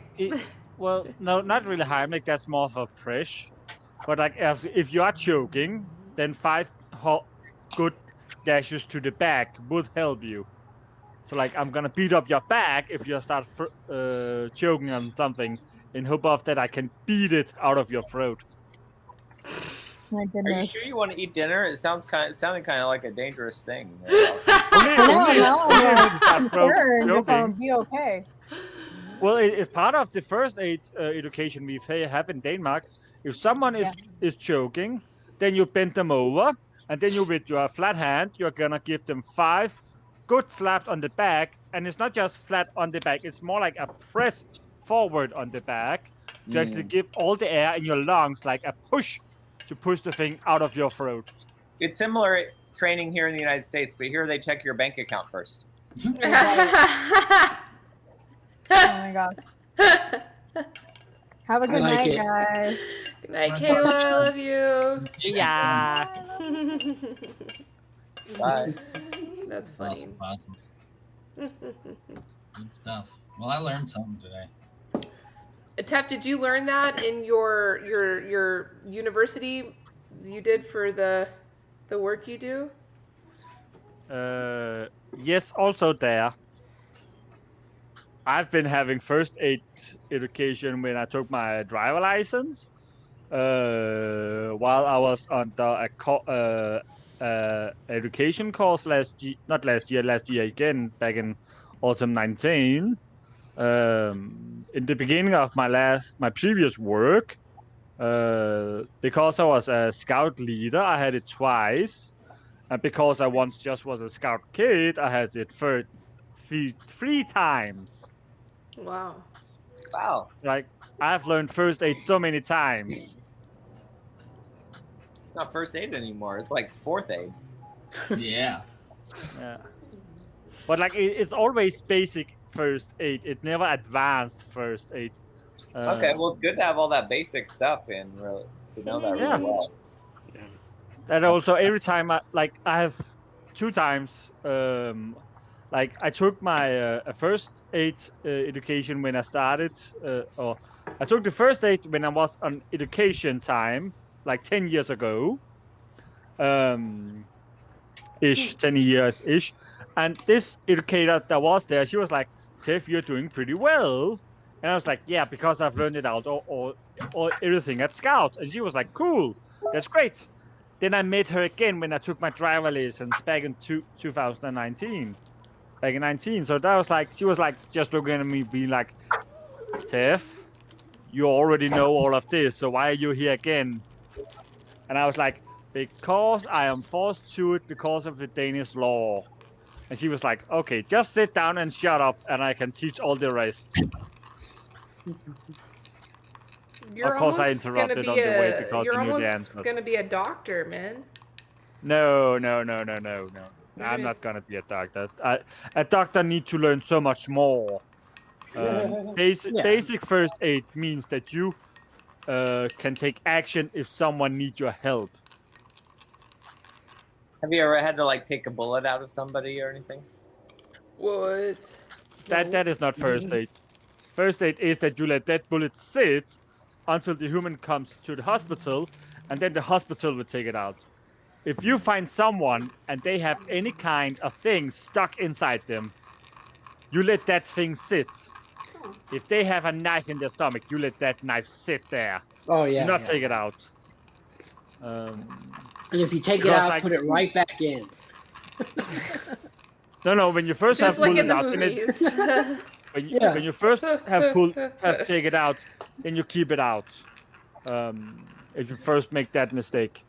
Yeah. But that's because the thing that is sitting in the body is pushing on all the blood veins to like kind of close them up. It's like just like a plug. It is sitting there keeping tight to make sure you're not bleeding out. And then when you're at the hospital, the doctors can take the thing out and like stick a finger in and be like, then we're stopping the bleeding this way instead. Or use a tourniquet. Yeah, or something else. They're doctors. I'm not a doctor. I do not know what to use to stop bleeding. Yeah. Sometimes Guys, I'm they gonna use hot step out glue. for- Come I'll again, be Sam? back. I'm You'll gonna be step back. out. Okay. Just a minute and let the dogs go to the bathroom. I'll be back in a few minutes. All right. Bye for now. Enjoy. Oh, somebody else bailing too? Oh, Sam took off. Yeah, he said he's gonna come back. Oh, hey, He'll live his Akeisha, time. thank you. Akeisha just said happy anniversary. Actually, we have a new friend from Twitch. He's probably gone already, but Nick, I met through when I raided the guy that fixes the watches. Yeah. He was in chat, and then he says he drinks tea. His name is Chow3 Nick. He says Yeah, he Chaos. just Chaos. I would say Chaos Nick, or else the 3 is meant to be an E, and then we just first start to be weird. Chow. I don't know. Chowy Nick. Chowy Nick. I was just gonna say Nick. Yeah. I invited him to come to Friend in Topia. Russia, living in Copenhagen, but she does not relate to Danish people at all. Well, if she's Russian, and I can understand why she's not relating to Danish people. So I'm gonna have back the conversation for a second. I don't think we've ever been formally introduced. You broke up, been a thing. Joe. Try it again. Me? Oh, Yeah, I said, Oshan, I don't think we've ever been formally introduced, so I don't know anything about you. Oh, hi, Joe. I'm just Ask him about the tea toothbrush. You just friends with. Did you find us through Elise? No. Sam. Through sort of Om Shanti Tea Temple Festival volunteer crew. Okay. Are you familiar with it? No, but it sounds cool. Where are you based? I'm in South Dakota. Oh, cool. Yeah. Yeah, there's a number of people who frequent this who have been volunteers in a tea temple that happens at a lot of California festivals, including Symbiosis and Lightning in a Bottle Festival. Okay. And that was my company. But I was just in federal prison for 7.5 years for psychedelics. Same, brother. And I just got out. I didn't go to Fed. I just got out last year. That's something. So I've you can't actually share. just not met all my volunteers because my cousin's been running it. So Where'd you go to Fed? what's that? I said, where'd you go to Fed? Oh, I started at Inglewood Low in Colorado, and then I went to Taft near Bakersfield Camp, and then I was at Sheridan Camp in Oregon. Okay. Right on. I did 4 myself in state, so Oh, that's okay. something you and I have in common. That's cool. Whereabouts was that? In South Dakota. Okay. So, but I went for my original sentence was for distribution of LSD. So. Oh, okay. Yeah. So I was locked up with Pickard's co-defendant. I don't know if you know Pickard, the missile silo in Kansas. Oh, okay. It's the biggest LSD bust in history. They found like an estimated supplier of 1/3 of the world's LSD, at least, coming out of this missile silo in Kansas. And this guy Pickard was the ringleader, and then his co-conspirator was a guy named Clyde Apperson. He was at my last prison. Okay. So when you say you just got out, what does that mean? Basically, I got out, and then like the pandemic started a few weeks later. It was like a Wow. real kind of bummer, because when you're in prison, you're like looking forward to that day of release of what it's going to look like, and I had parties and potlucks, friends and family, and then nobody cuddling, knows what's going on. intimacy and dating and eating out at restaurants and all this stuff, and then And then nobody knows what's going on when you get out. You're just like, what the fuck? Yeah. Jesus, yeah, like you guys really fucked shit up while I was gone. Well, dude, at least you weren't in when the pandemic started. Yeah. Well, I sort of was. I was in the halfway house in San Francisco, and they were not following protocols at all. They weren't even giving out masks or anything. They were making everybody eat in a tiny room downstairs, and about the only thing they did was confiscate my hand sanitizer and confiscate the sanitizing spray in my room. Wow. And then they put out a memo saying, in order to combat the spread of COVID, we want to make sure everyone keeps their rooms tidy. If you leave anything on top of your locker or next to the sink, you may receive an incident report. Well, that is the level of insanity I've been putting up. I put up with for 7.5 years. That does not sound out of the ordinary to me at all, man. Yeah, you see, because you've been to prison, you're like, oh yeah, that's about it. But like a lot of people would just be shocked at how absurd that is. As if storing things on top of your locker has something to do with the spread of COVID. It's just any No, it's excuse. just a reason for them to be able. It's a reason for them to be able to write you up. Exactly. Yeah. Absolutely.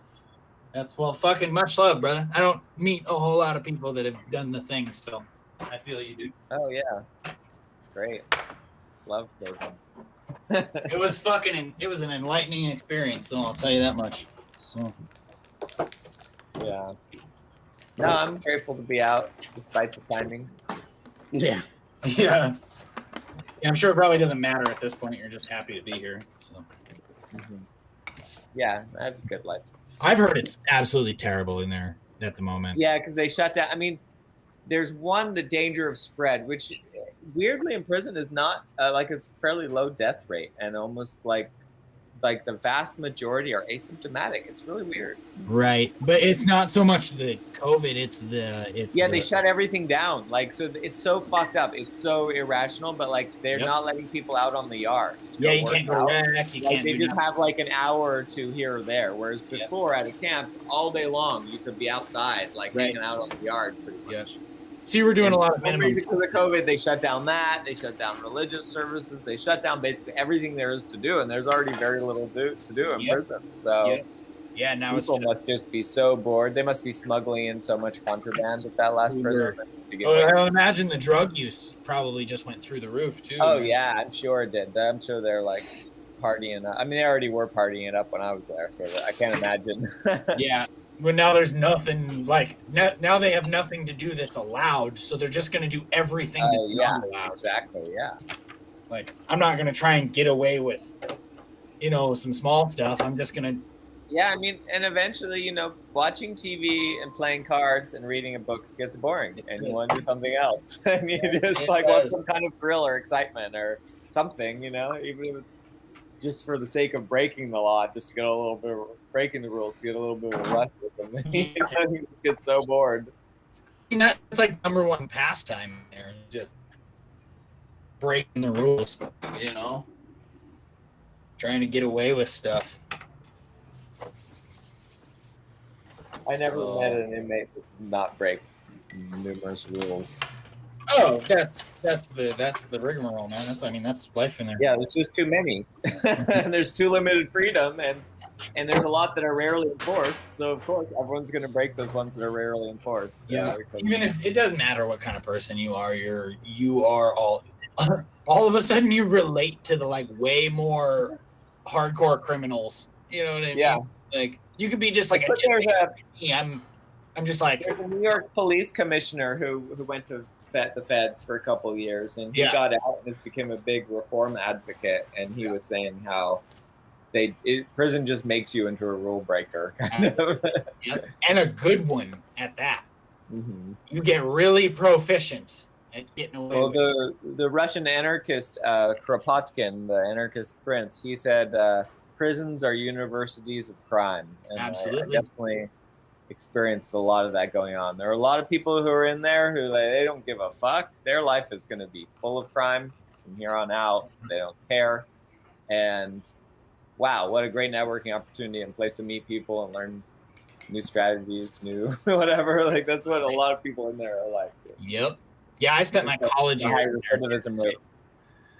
I spent my what would have been my college years in there too. So it was like that's my degree. That's my 4-year degree, man. I actually wrote up something called my felonious degree. Yeah. And it's kind of like all the things I learned and grew through prison. Yeah, that's the real deal, man. What a trip. I've been out for like, I don't know what, 6 years now though. Something like that. So, you know, I always used to look at the people playing cards in prison and just imagine what it was if we replaced it with a tea tray. I think people would be loving drinking tea together in prison. Absolutely. Because it's a similar kind of energy to it of sitting around the card table a little bit. But they would like it too much and then it would get taken away. Yeah. Well, you couldn't have the glass and stuff. Someone would break it and stab someone in the neck with it and then it would all be over. Right. You have to have like plastic, like clear plastic guy wands and shit. I actually made a little plastic pouring pitcher. I had a plastic cup I got a hold of and I cut it at a diagonal and then I got these for little cups. I had these little like margarine tubs, like tiny margarine tubs that they would give out with meals sometimes. So I'd use those as the little inmate cups. ingenuity. It was so bad. It was so horrible. It was Nestea. It was disgusting. I actually drank instant coffee most of the time just because the tea was that bad. Yeah, that's pretty. But then at my last prison, they had Bigelow, and so that was cool. I mean, Bigelow sucked, but it was like Bigelow's at least drinkable. That's a step up, man. Yeah, for sure. Yeah, inmate ingenuity is interesting. That's for sure. I smuggled some, like, people were smuggling so much contraband into the prison, but a couple times I smuggled some Pu'er tea bags and some vitamins, and that's awesome. You said camp, so you were in like a work camp, like a minimum unit. It's not like exactly a work camp, but yeah, minimum security. Yeah. That for the last 6 years of it. The first year and a half, I was at high security places. Okay. But yeah, I can't imagine doing state time. That's always, I don't know where you were, but like California state prisons are definitely a lot rowdier than minimum security federal prisons. There's Our a lot state more violent stuff. Our state is pretty. It's like the max and the medium are like super fucking like. The rules are through the roof because we're in conservative South Dakota. You know what I'm saying? So that it only gets so rowdy, but it's still pretty awful. But the minimum unit is just kind of like it's like adult daycare. So I did a lot of my time on work release, working at like an actual job, and so. Oh yeah, they don't have that in most federal prisons. Yeah, that's the thing. They used to have that, like where you'd go out and work in the community, but there's so little of it nowadays. Yeah, I suppose maybe some community service type stuff because that was the other half of. It was like there was actually a little bit of that. Some people were getting out just for short periods of time to go like clean or paint or something. Yeah, and see the unit that I was time at was like half. It's like half community service and then half work release. And then the community service ones, the state just takes the craziest advantage of that free labor. I mean, they use inmates for everything here.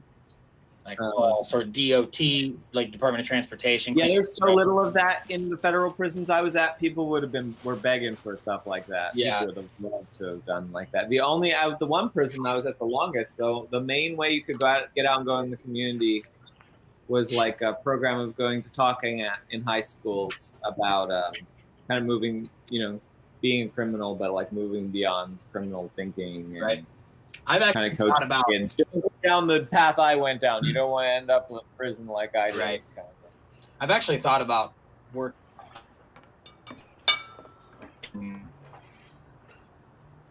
Joe, you just kind of froze there for a little bit, so I didn't get the last sentence or so of what you said. Really, I've just been thinking about, putting together maybe some classes or something, and then approaching the right people, and maybe even be able to go in there and talk to some inmates. Then. So, It's so hard. It's so hard to get in. You're talking about going into prisons. Yeah, like it's so hard it's to get into federal man. prisons. Right. Like Well, state it's- prisons it are would be a so little much bit easier to easier. get into.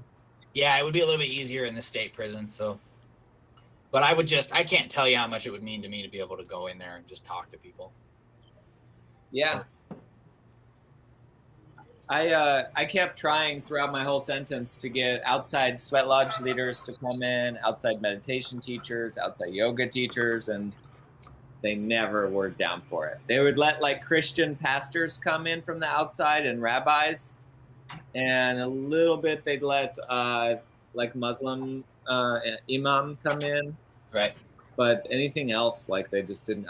They didn't give a shit about the. That's about where we're at. It's Christian and then Native American. So we can get the sweat stuff in just because the Native American population is so. I mean, that's probably about at least 40% of the people in prison are Native American. Yeah. Here, so.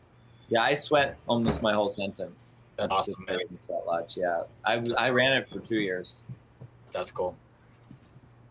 That's cool. It's probably the one thing that I missed. We had a beautiful. So a lot of prisons is just a fence with an inepi and a fire pit, and that's it. Yeah. But at this prison, at 2 prisons I was at, we had whole gardens around the area with fruit trees, and it was really nice. It was probably the 2 nicest sweat lodges in the whole federal system. That's awesome, man. Yeah, it was great. That's cool. Every week we would sweat. When I was running, we got up to like 16 people a week sweating. It was What is that, Elise?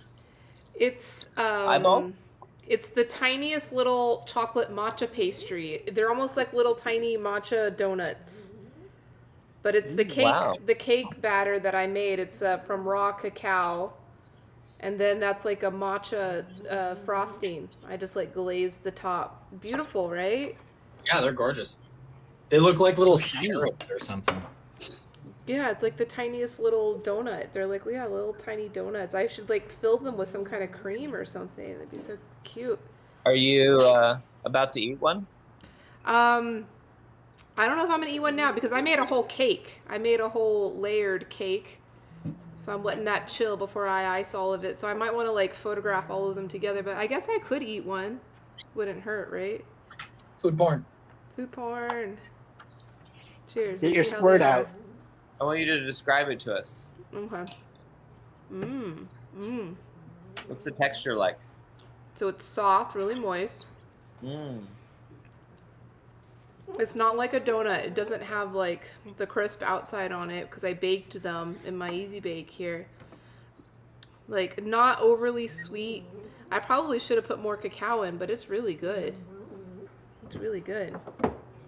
So you can bake with raw cacao. Easy Bake. Yeah, you gotta get yourself an Easy Bake.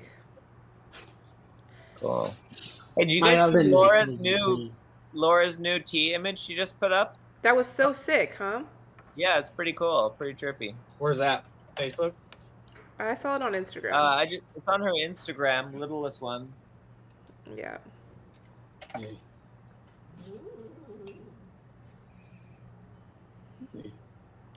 Yeah, she like used some kind of photo editor on her phone. Looks great.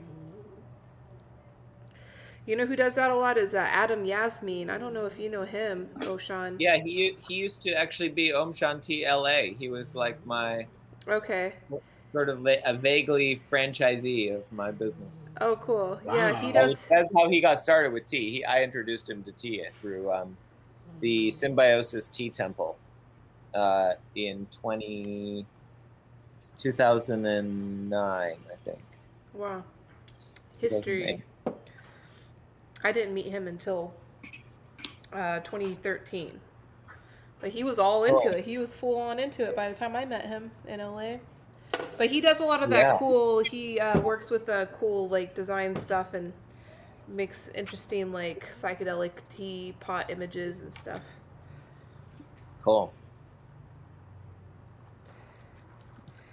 Yeah, Oshan, you're one of the original guys, man. Not guys, but just people, but I guess guys. to introduce Gung Fu Cha, you know, in this country, which is great. Thank you for that service. Oh yeah, just humbly serving the tea. Yeah, now since I got out, like I'm realizing there's probably several dozen tea businesses that have been spin-offs from mine. People who used to volunteer for me or work for me who then started their own tea house or tea business, or there's like so many at this point. It's definitely becoming its own subculture for sure. Yeah, that's why I like serving tea at the music festivals, because I end up meeting so many people that are passionate about tea or become passionate about tea. Like, even if it's the first time for them to sit down and have Gung Fu Cha, it's like within 2 hours, they're like, I want to start doing this in my community. I want to start a tea business. Right. Mm-hmm. Yeah, I remember like when I first started doing tea at festivals, people would be like, "What the hell's pu'er?" And then by like several years later, it would be like, "Oh yes, I just got a new Yixing pot," or I just saw this like. And people would, I used to sell sets at this festival sometimes, and people would like buy a tea set, and then like the next year I'd see them, and they'd be like, "Oh yeah, I have." Ever since I got that tea set, I have like weekly tea gatherings at my house with it. And I got like 30 cakes now, and like yeah. No, there were people who would like got really deep into it, and yeah, it was cool to see that. Yeah, I almost served tea at a festival. Didn't work out, but that was 2019. I was scheduled to serve tea at Pride, St. Louis Pride. I'm in St. Louis, so but scheduling was a mishap because I had some family emergencies, so that was pretty bad. And then I was on track to go to 2020, but COVID happened. So. Yeah, Lightning in a Bottle was going to be a good one this year. I'm so bummed that got canceled. I mean, last year. It was, okay, that's fun. We got our biggest budget yet, and it was going to be good. Was it going to be? Yeah, I never tried to start a thing of a business of serving tea at events. I just used to go to parties with my tea tray and sit in the corner because I like to drink tea with people. And eventually people started to come to me and they'd say, "Hey, Ocean, will you do your tea thing at my event? I'll give you $100. And I'm like, "You want to pay me to sit and drink tea with people at a party? Okay." Yeah, that sounds like a good deal. It just blew up to there to like $20,000 a festival. It was like the peak now. Wow. I never did one single ounce of marketing at all. It was just people would experience me at one event and want it for another event, and it just That's exactly how it is for my business. Basically, I'm just like, I talk to people about tea anytime I get the chance, and then inevitably I get new clients hit me up, "Hey, we want to sell your tea," or whatever, and then I get all of those people plus some are like, "Hey, you want to involve that in my thing, you know?" And now we're doing like tastings or like intention settings at the beginning of yoga classes, and moving into like parties. What's your business called? Sage and Cedar Herbal Wellness. Cool. So we're more so an herbal tea company. I'm technically like I'm an herbalist by trade, so that's kind of my. What's that? That's in Montana? No, I'm in South Dakota. Oh, I just found a Sage and Cedar in Montana. Okay, yeah, just add herbal wellness to it, you'll find us. But yeah, we're more focused on herbalism, the tea through herbalism than anything. Mm-hmm. But I specifically, on a personal level, have a deep passion for tea leaf, for Camellia sinensis, for cha, you know. So for Gong Fu Cha. So that's kind of like just starting, the doors just starting to open there, and where I can start sharing it with my community, because I live in the middle of nowhere and nobody has any idea. Like, I told one of my wholesalers the other day that I was sitting there having a conversation with him. He wanted to add some more product to his line, and so we were sitting there talking, and he didn't know the whole Camellia sinensis, like all the same plant concept. You know what I mean? Like green and black tea are the same thing. And by the end of the conversation, he was just like, "Whoa," you know. And that's how everybody is around here. They have no idea.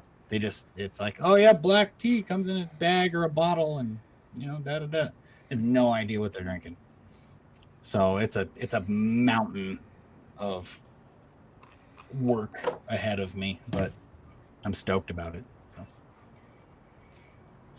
cool. Yeah, get out there and share it one person at a time. One person. Hey, Love Tour, what's up? We just did a Twitch. Twitch, yeah. Wee. Twitch is still going. We just did a little demonstration at the local health food store as well, just kind of showcasing green and tea that both come from the same farm. Just kind of, shining some light on the concept, and everybody that walked up had no idea that they're the. Yeah, I don't know. It's crazy. Yeah, the biggest problem with us is sugar. Everybody wants sugar. They put sugar in water. It's horrible. Right. Yeah, for sure. And the minute you say no sugar, they're like, "What?" Nah. Mm-hmm. It's really, one guy has gotten pretty good at it, but he doesn't.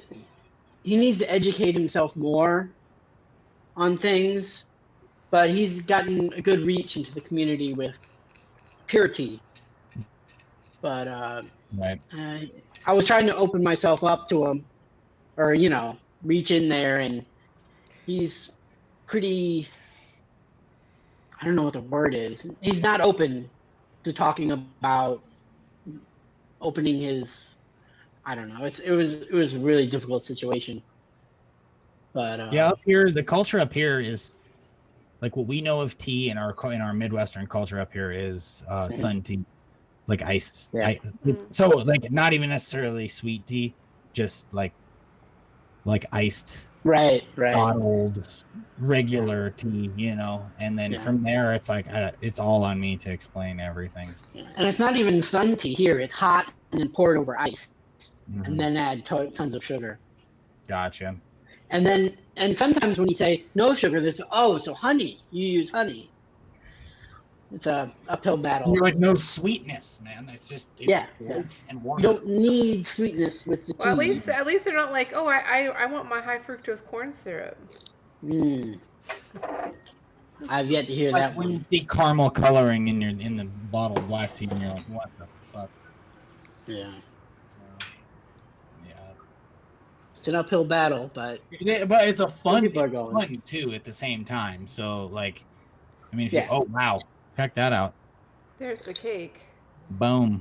Boom. It is green. It's almost greenish. Green. It's so green. Oh, because it's a matcha. It's matcha, yeah. So it's like a matcha icing. It's as green as it looks. Okay. It's so green. Yeah. I thought it was like a lens problem or something on my screen, but no, it's matcha. It's ducks. That's all it is. Simply It's ducks. green enough to be ducks. You should have used powdered duck shit tea. As much as I hate saying that, I tried. Please do not powder quality duck shit. Please do not do that. No, please don't. Or what is? I hear some people said that it's the same as honeysuckle. They call honeysuckle the same variety as duck shit, but I don't know. I don't know. I hear that several times. I don't know if that's true or not. I don't know. I should ask. I know people I could ask. It's all just marketing, right? Yeah.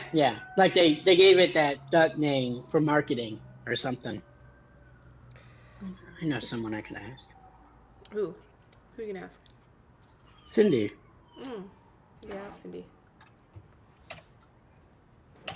All right, it's better now. I garnished it. I didn't garnish it before. Now it's got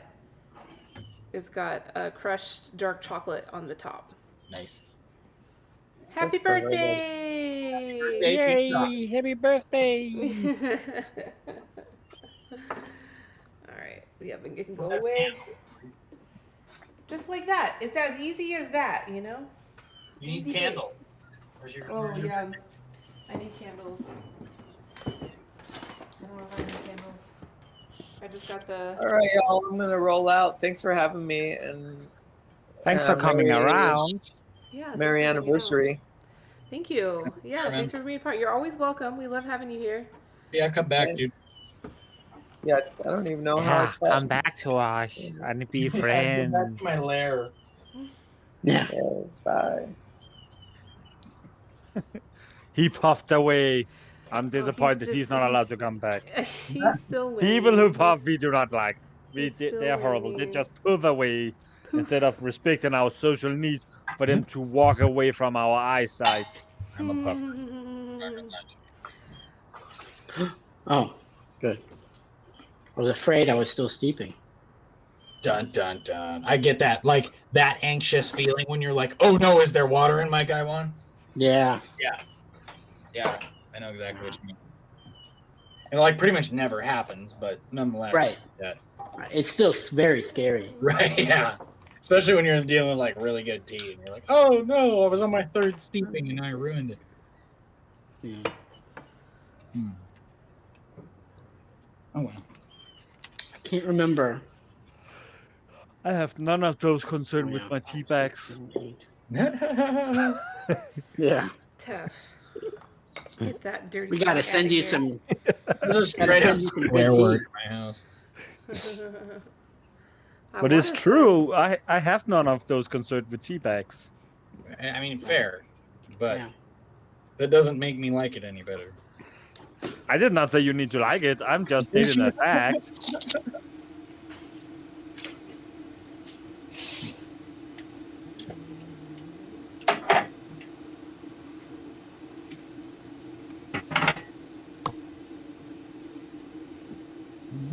Yeah, this cake smells good. I'll have to cut a piece with my That's awesome. tea. Have you put a candlelight in it?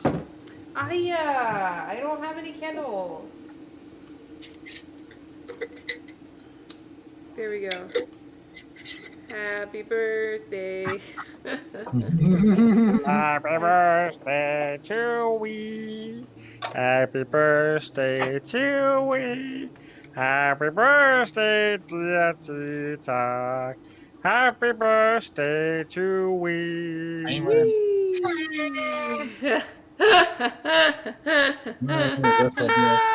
Oh, Tep was ready. Oh, he was there. We got it. Happy Well, I birthday, normally Bitcoin. just I have it ready for my own on my own streams, but people can well on my stream people can request a toot, and then I'm giving them a toot. You should mix it up every now and then and do a toot without that thing. The other kind of toot. What? Snake Eye would like that. Because fart. a toot is usually like a cute little fart, you know? It's like a little toot. Nah, it's still just a fart. It's still just a fart. You're not into the parts, huh? You're not into the farts? I think fart jokes are boring, to be honest. But what if it's not a joke? It's like really a fart. Like it's not funny when you're like out in public. It is and just a small fart. That's it. That's a toot, right? Right, Eric? Yeah, Is that a that's just toot? Is a toot a cute little fart? It's just a small fart. It's not a toot. It's just a small fart. Who tooted? Who tooted? He says, who tooted? Maybe Bitcoin did.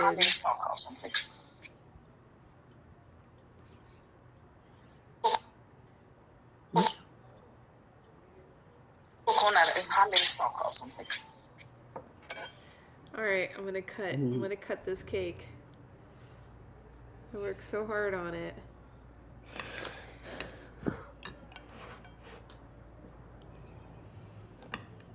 But it was easy. You worked really hard on it, but it was easy. Because it was in an easy bake oven.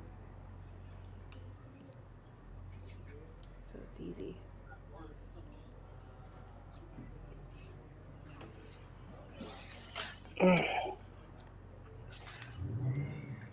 Oh, this time there is tea in it. Hooray! But at least it didn't oversteep.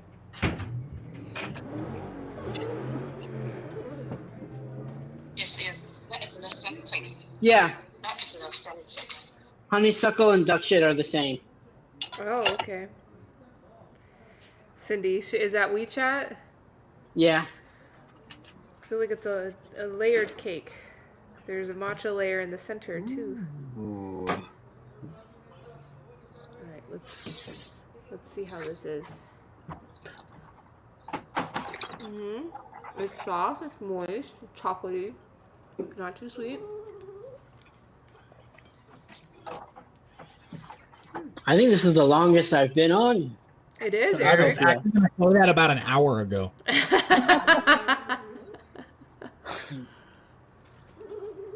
I've been on since almost 4 hours. Jesus. Yeah. No.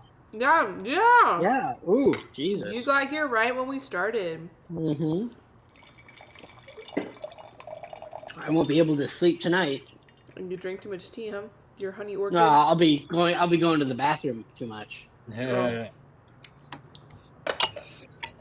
I don't know. Yeah, it's about dinner time for me too. So. Yeah. Hey guys, well, it's been a fun birthday party. It has, very much so. I probably should eat too. I'm eating right You now. should all go and eat something. Yay! At least I'm always eating on stream. Yeah, that's true. Well, then I can put the social eating tag on. Yeah. See? And people are into that. Oh, people are definitely. So the Suez Canal might be stuck for weeks. Yeah. Really? It's That's interesting. horrible. Horrible. Did you see the photos of it, Eric? Yeah, a few. Look. I actually only saw one. Let's see. Yeah. Oh, God. How did that happen? It was like the Austin Powers thing where they were trying to parallel park, right? Yeah. Or U-turn. I saw or that something. meme on several social medias. Mm-hmm.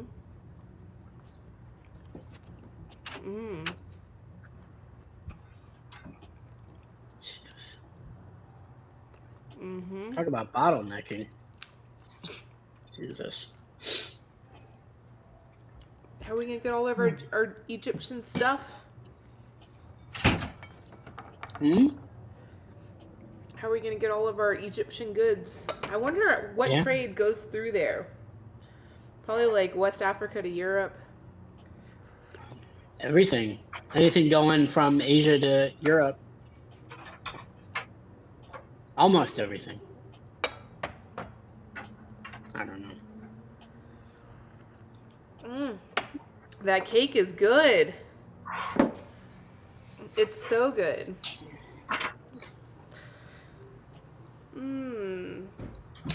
That's more. Yeah. These little All right, donuts are Joe. cute too. All right, Joe. Be safe. We will see you Stay guys again. safe, be cool, or else we're gonna beat you up. Will do. I will respectfully walk away. Thank you, Thank Joe. you. We love you. Bye bye. Whew. Are you still streaming? I am. Yeah. But Oh, okay. I don't know. I've only. No, not many people- naughty words yet. No naughty words. No naughty words. You're not allowed to talk dirty yet. You're not allowed to talk about tea bags. Like that is like I think the only dirty word I have listed on my chat bot. You have? Yeah. A tea bag. It's like a banned word. Is it? I think tea bag or tea bags. I don't know. I forget. Yeah, tea bag is. No. The ing makes it bad word. I can spell tea bags, but if I remove the s, it will not be posted. Your message will not be posted due to conflicts with the channel's moderation settings. No tea bags. So I got updated to kick out the tea bags and the tea bagging because we don't do that here. I can write tea back. Oh my if god, I want Tough. to. You troublemaker. I can fool this system because I know the system. Like I'm a moderator on at least 4 different channels, so like I know how the system work. And since I also have my own channel, like that just means I again also know how like all the things is set up. Mm-hmm. So, or like I know more than just the regular viewers do. So like, if I want to cheat, I can definitely do it How do you cheat? Tell me. easily. I just go around the system and comes in from behind. That just sounds creepy. Yeah, it does. Well, apparently you like me to sound creepy. Really? You do like it, don't you, Elise? No. I like the cake. Mm-hmm. You like that too? I'm jealous right now.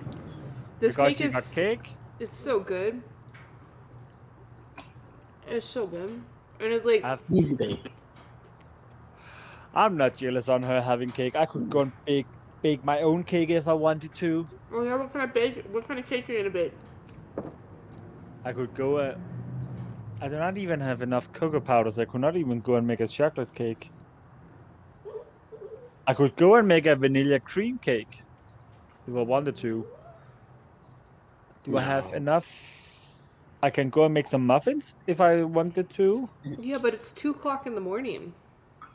Yeah, and I think this is the last steep this will get. Where is the problem? Where's the problem? How many steeps did you make it in, Eric? This is. Oh, I switched keys. I only did 14 with that song. Okay, what are you This on is an now? Oriental Beauty that's gone 9. Maybe only 8. I think we're supposed to Yeah, not only call 8. it Oriental Beauty anymore. Call it. You heard the story. He robots out. He's roboting out. It sounds like his voice is being censored or something. Like he said a bad Yeah. word. It was like beep. Braggart's key? No, it's because like you had some kind of like a hiccup in your internet. So instead of like hearing all you said, you were just like. Oh no. Yeah, that was fun. No, Yeah, I that meant to say must- Braggart's tea. Braggart's tea. I never heard that before. Never heard that before? Mm-mm. He called it Braggart's tea because he kept bragging on about it. It's a side code name for. What do you call it now? Eastern Beauty? Eastern Beauty, yeah. Why not just call it white-haired oolong? White-haired That's what oolong? Baihao oolong. That's what they call it a lot of times. Oh. I heard that a okay. lot. I don't spend a lot of time studying that tea because it's so valuable. Yeah, it's expensive. It can be. It sure It can be. is. Not can be. It is. It is, yeah. I one time ordered, this is Oriental Beauty. I one time ordered a kilogram in 2010. Mm-hmm. The crop of 2010 and 2010. And I've been working on that. This is my last bag. It's about 150 grams, maybe. We should go, if we ever go to Taiwan together, we should go visit, what do you call that? Beipu? Hsinchu. What? Hsinchu, right? Hsinchu? Hsinchu. That's what the I don't place know is what called. that is. The the big area. We have Yeah, that I friend don't know Rebecca. what it's She's called. there. Oh, okay. And she makes it, but she makes it in small batches by hand. You know, you just go hang out with her and you get to make it. Just gotta walk out the door and harvest the good stuff. stick it in my pockets. Stick Bring it, cargo make some pants. pocket. You don't even have to do that, Eric, because we're friends and we're just making some tea together. You don't have to do that. Yeah, I know. You just want to be teeving. I want to. You want to be teeving. Come here, Bitcoin. Come say hi. Hi, Biddy. Beady boy. Whoa, Bitcoin. He kicked the. Hey! That's got chocolate. You can't have it. Nope. Chocolate. You can't have it. You want to teach your own? You want to teach your own? I think I can help you with that. Ooh. Yeah, I can give you chicharron. Here you go. Happy birthday. Chicharron? Oh, treat of your own. A chicharron. Chicharron, yeah. Never heard of that before. It's a fried pork skin. Oh. Yeah, crunchy. Okay. Mm-hmm. Oh, I know what you mean now. Yeah. Yeah. I think I know what you mean. Tef, did you finish your game yet? No. Like, I believe I'm only halfway in the game. Dang, that's a long game. Like, I could imagine I still have 50 hours to go of gaming. What game is this? It's a game called Bravely Default 2. It is an Japanese RPG game where you are 4 characters that is going on a travel to collect crystals. There's the 4 main crystals, earth, wind, water, and fire, that keep a balance in the world. But then there's also the asterisk crystals that give you a job. Those jobs you can use to either attack people, defend yourself, healing, or give different stat boosts. And then you're going around and helping people with those jobs. Interesting.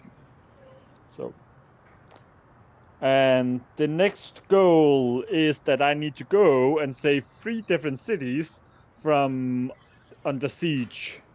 There's a city that is under siege from undead.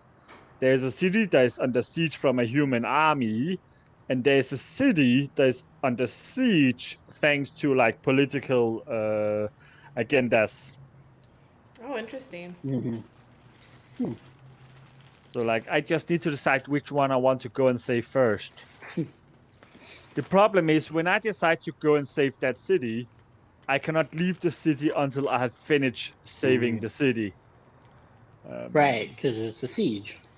Yeah, so I'm also kind of because what I can see is either I get the power to control the undead, or I get the power of a ninja, or I get the power of a time mage, depending on which of the 3 I'm gonna save first. So which kind of job do sound most interesting in my ear too? I see. So you defeat them and then you gain. Yeah.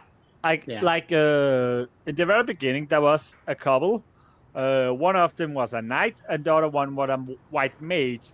The moment I defeated them, I obtained the asterisk for the knight and the asterisk for the white mage, and now I can use those job classes as my own.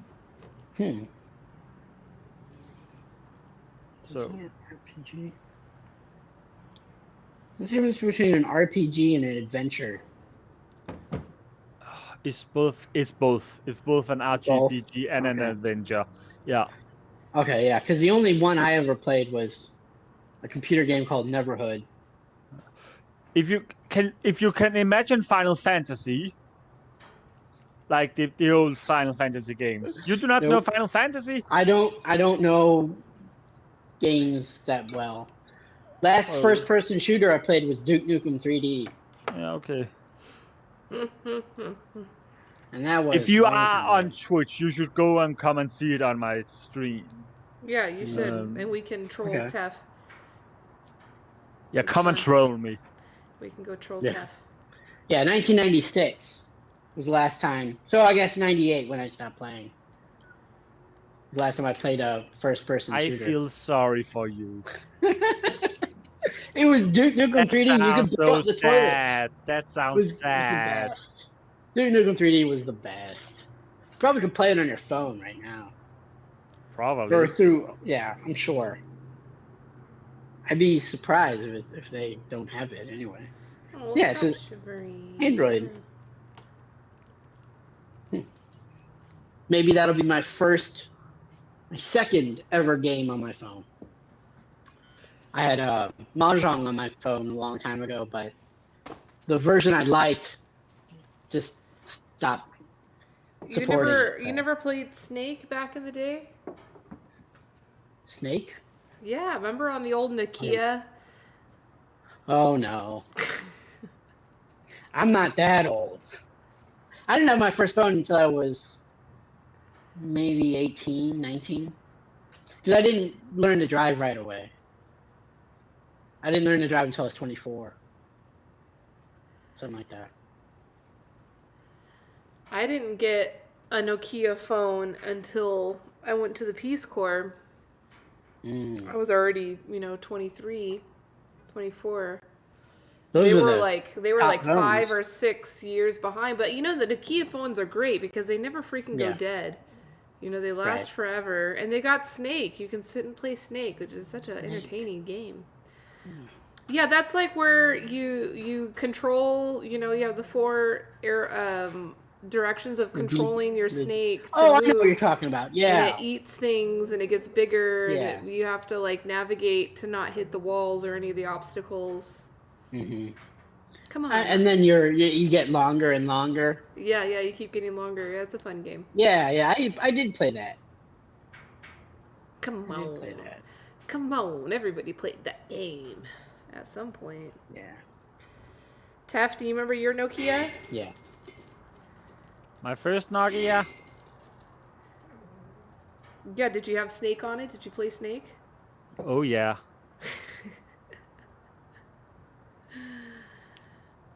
Yeah, I Nokia. even believe I got good at it at some point. Yeah, did you go to any tournaments? Nope. I just had the feeling I was good at it. Do you know what game I knew I was good at? And it wasn't even that I really enjoyed playing the game, but I just remember when I was in college, my friends had a Dreamcast, and they had all the games. And yeah. every game in history, that was back in the day, that was a big deal. And we play this, and for some reason, anytime, they put Dr. Mario on and I play, that was the only game that I was good at. And not only was I good at it, I was wickedly good. And it got to a point where, they'd be having parties and they'd create tournaments to try to beat me. And I'd be on handicaps with everybody. That's a fun game. Really get in the zone, focused in. It's like balancing, the business balance sheet, is you keep everything really tidy and organized and clean, and boom, just take over the whole game. Yeah. My first phone was actually a Razr. Oh, those are nice. I don't think I personally had a Nokia phone. I had Motorola's. My first one was a Razr. I think it was, I don't know. What? Oh well. I could be wrong. My dad had one of those Motorola The brick things, phones? The brick phones, yeah. He had one in 93. And we had car phones before that. But at that time, he was a hot shot in the MasterCard.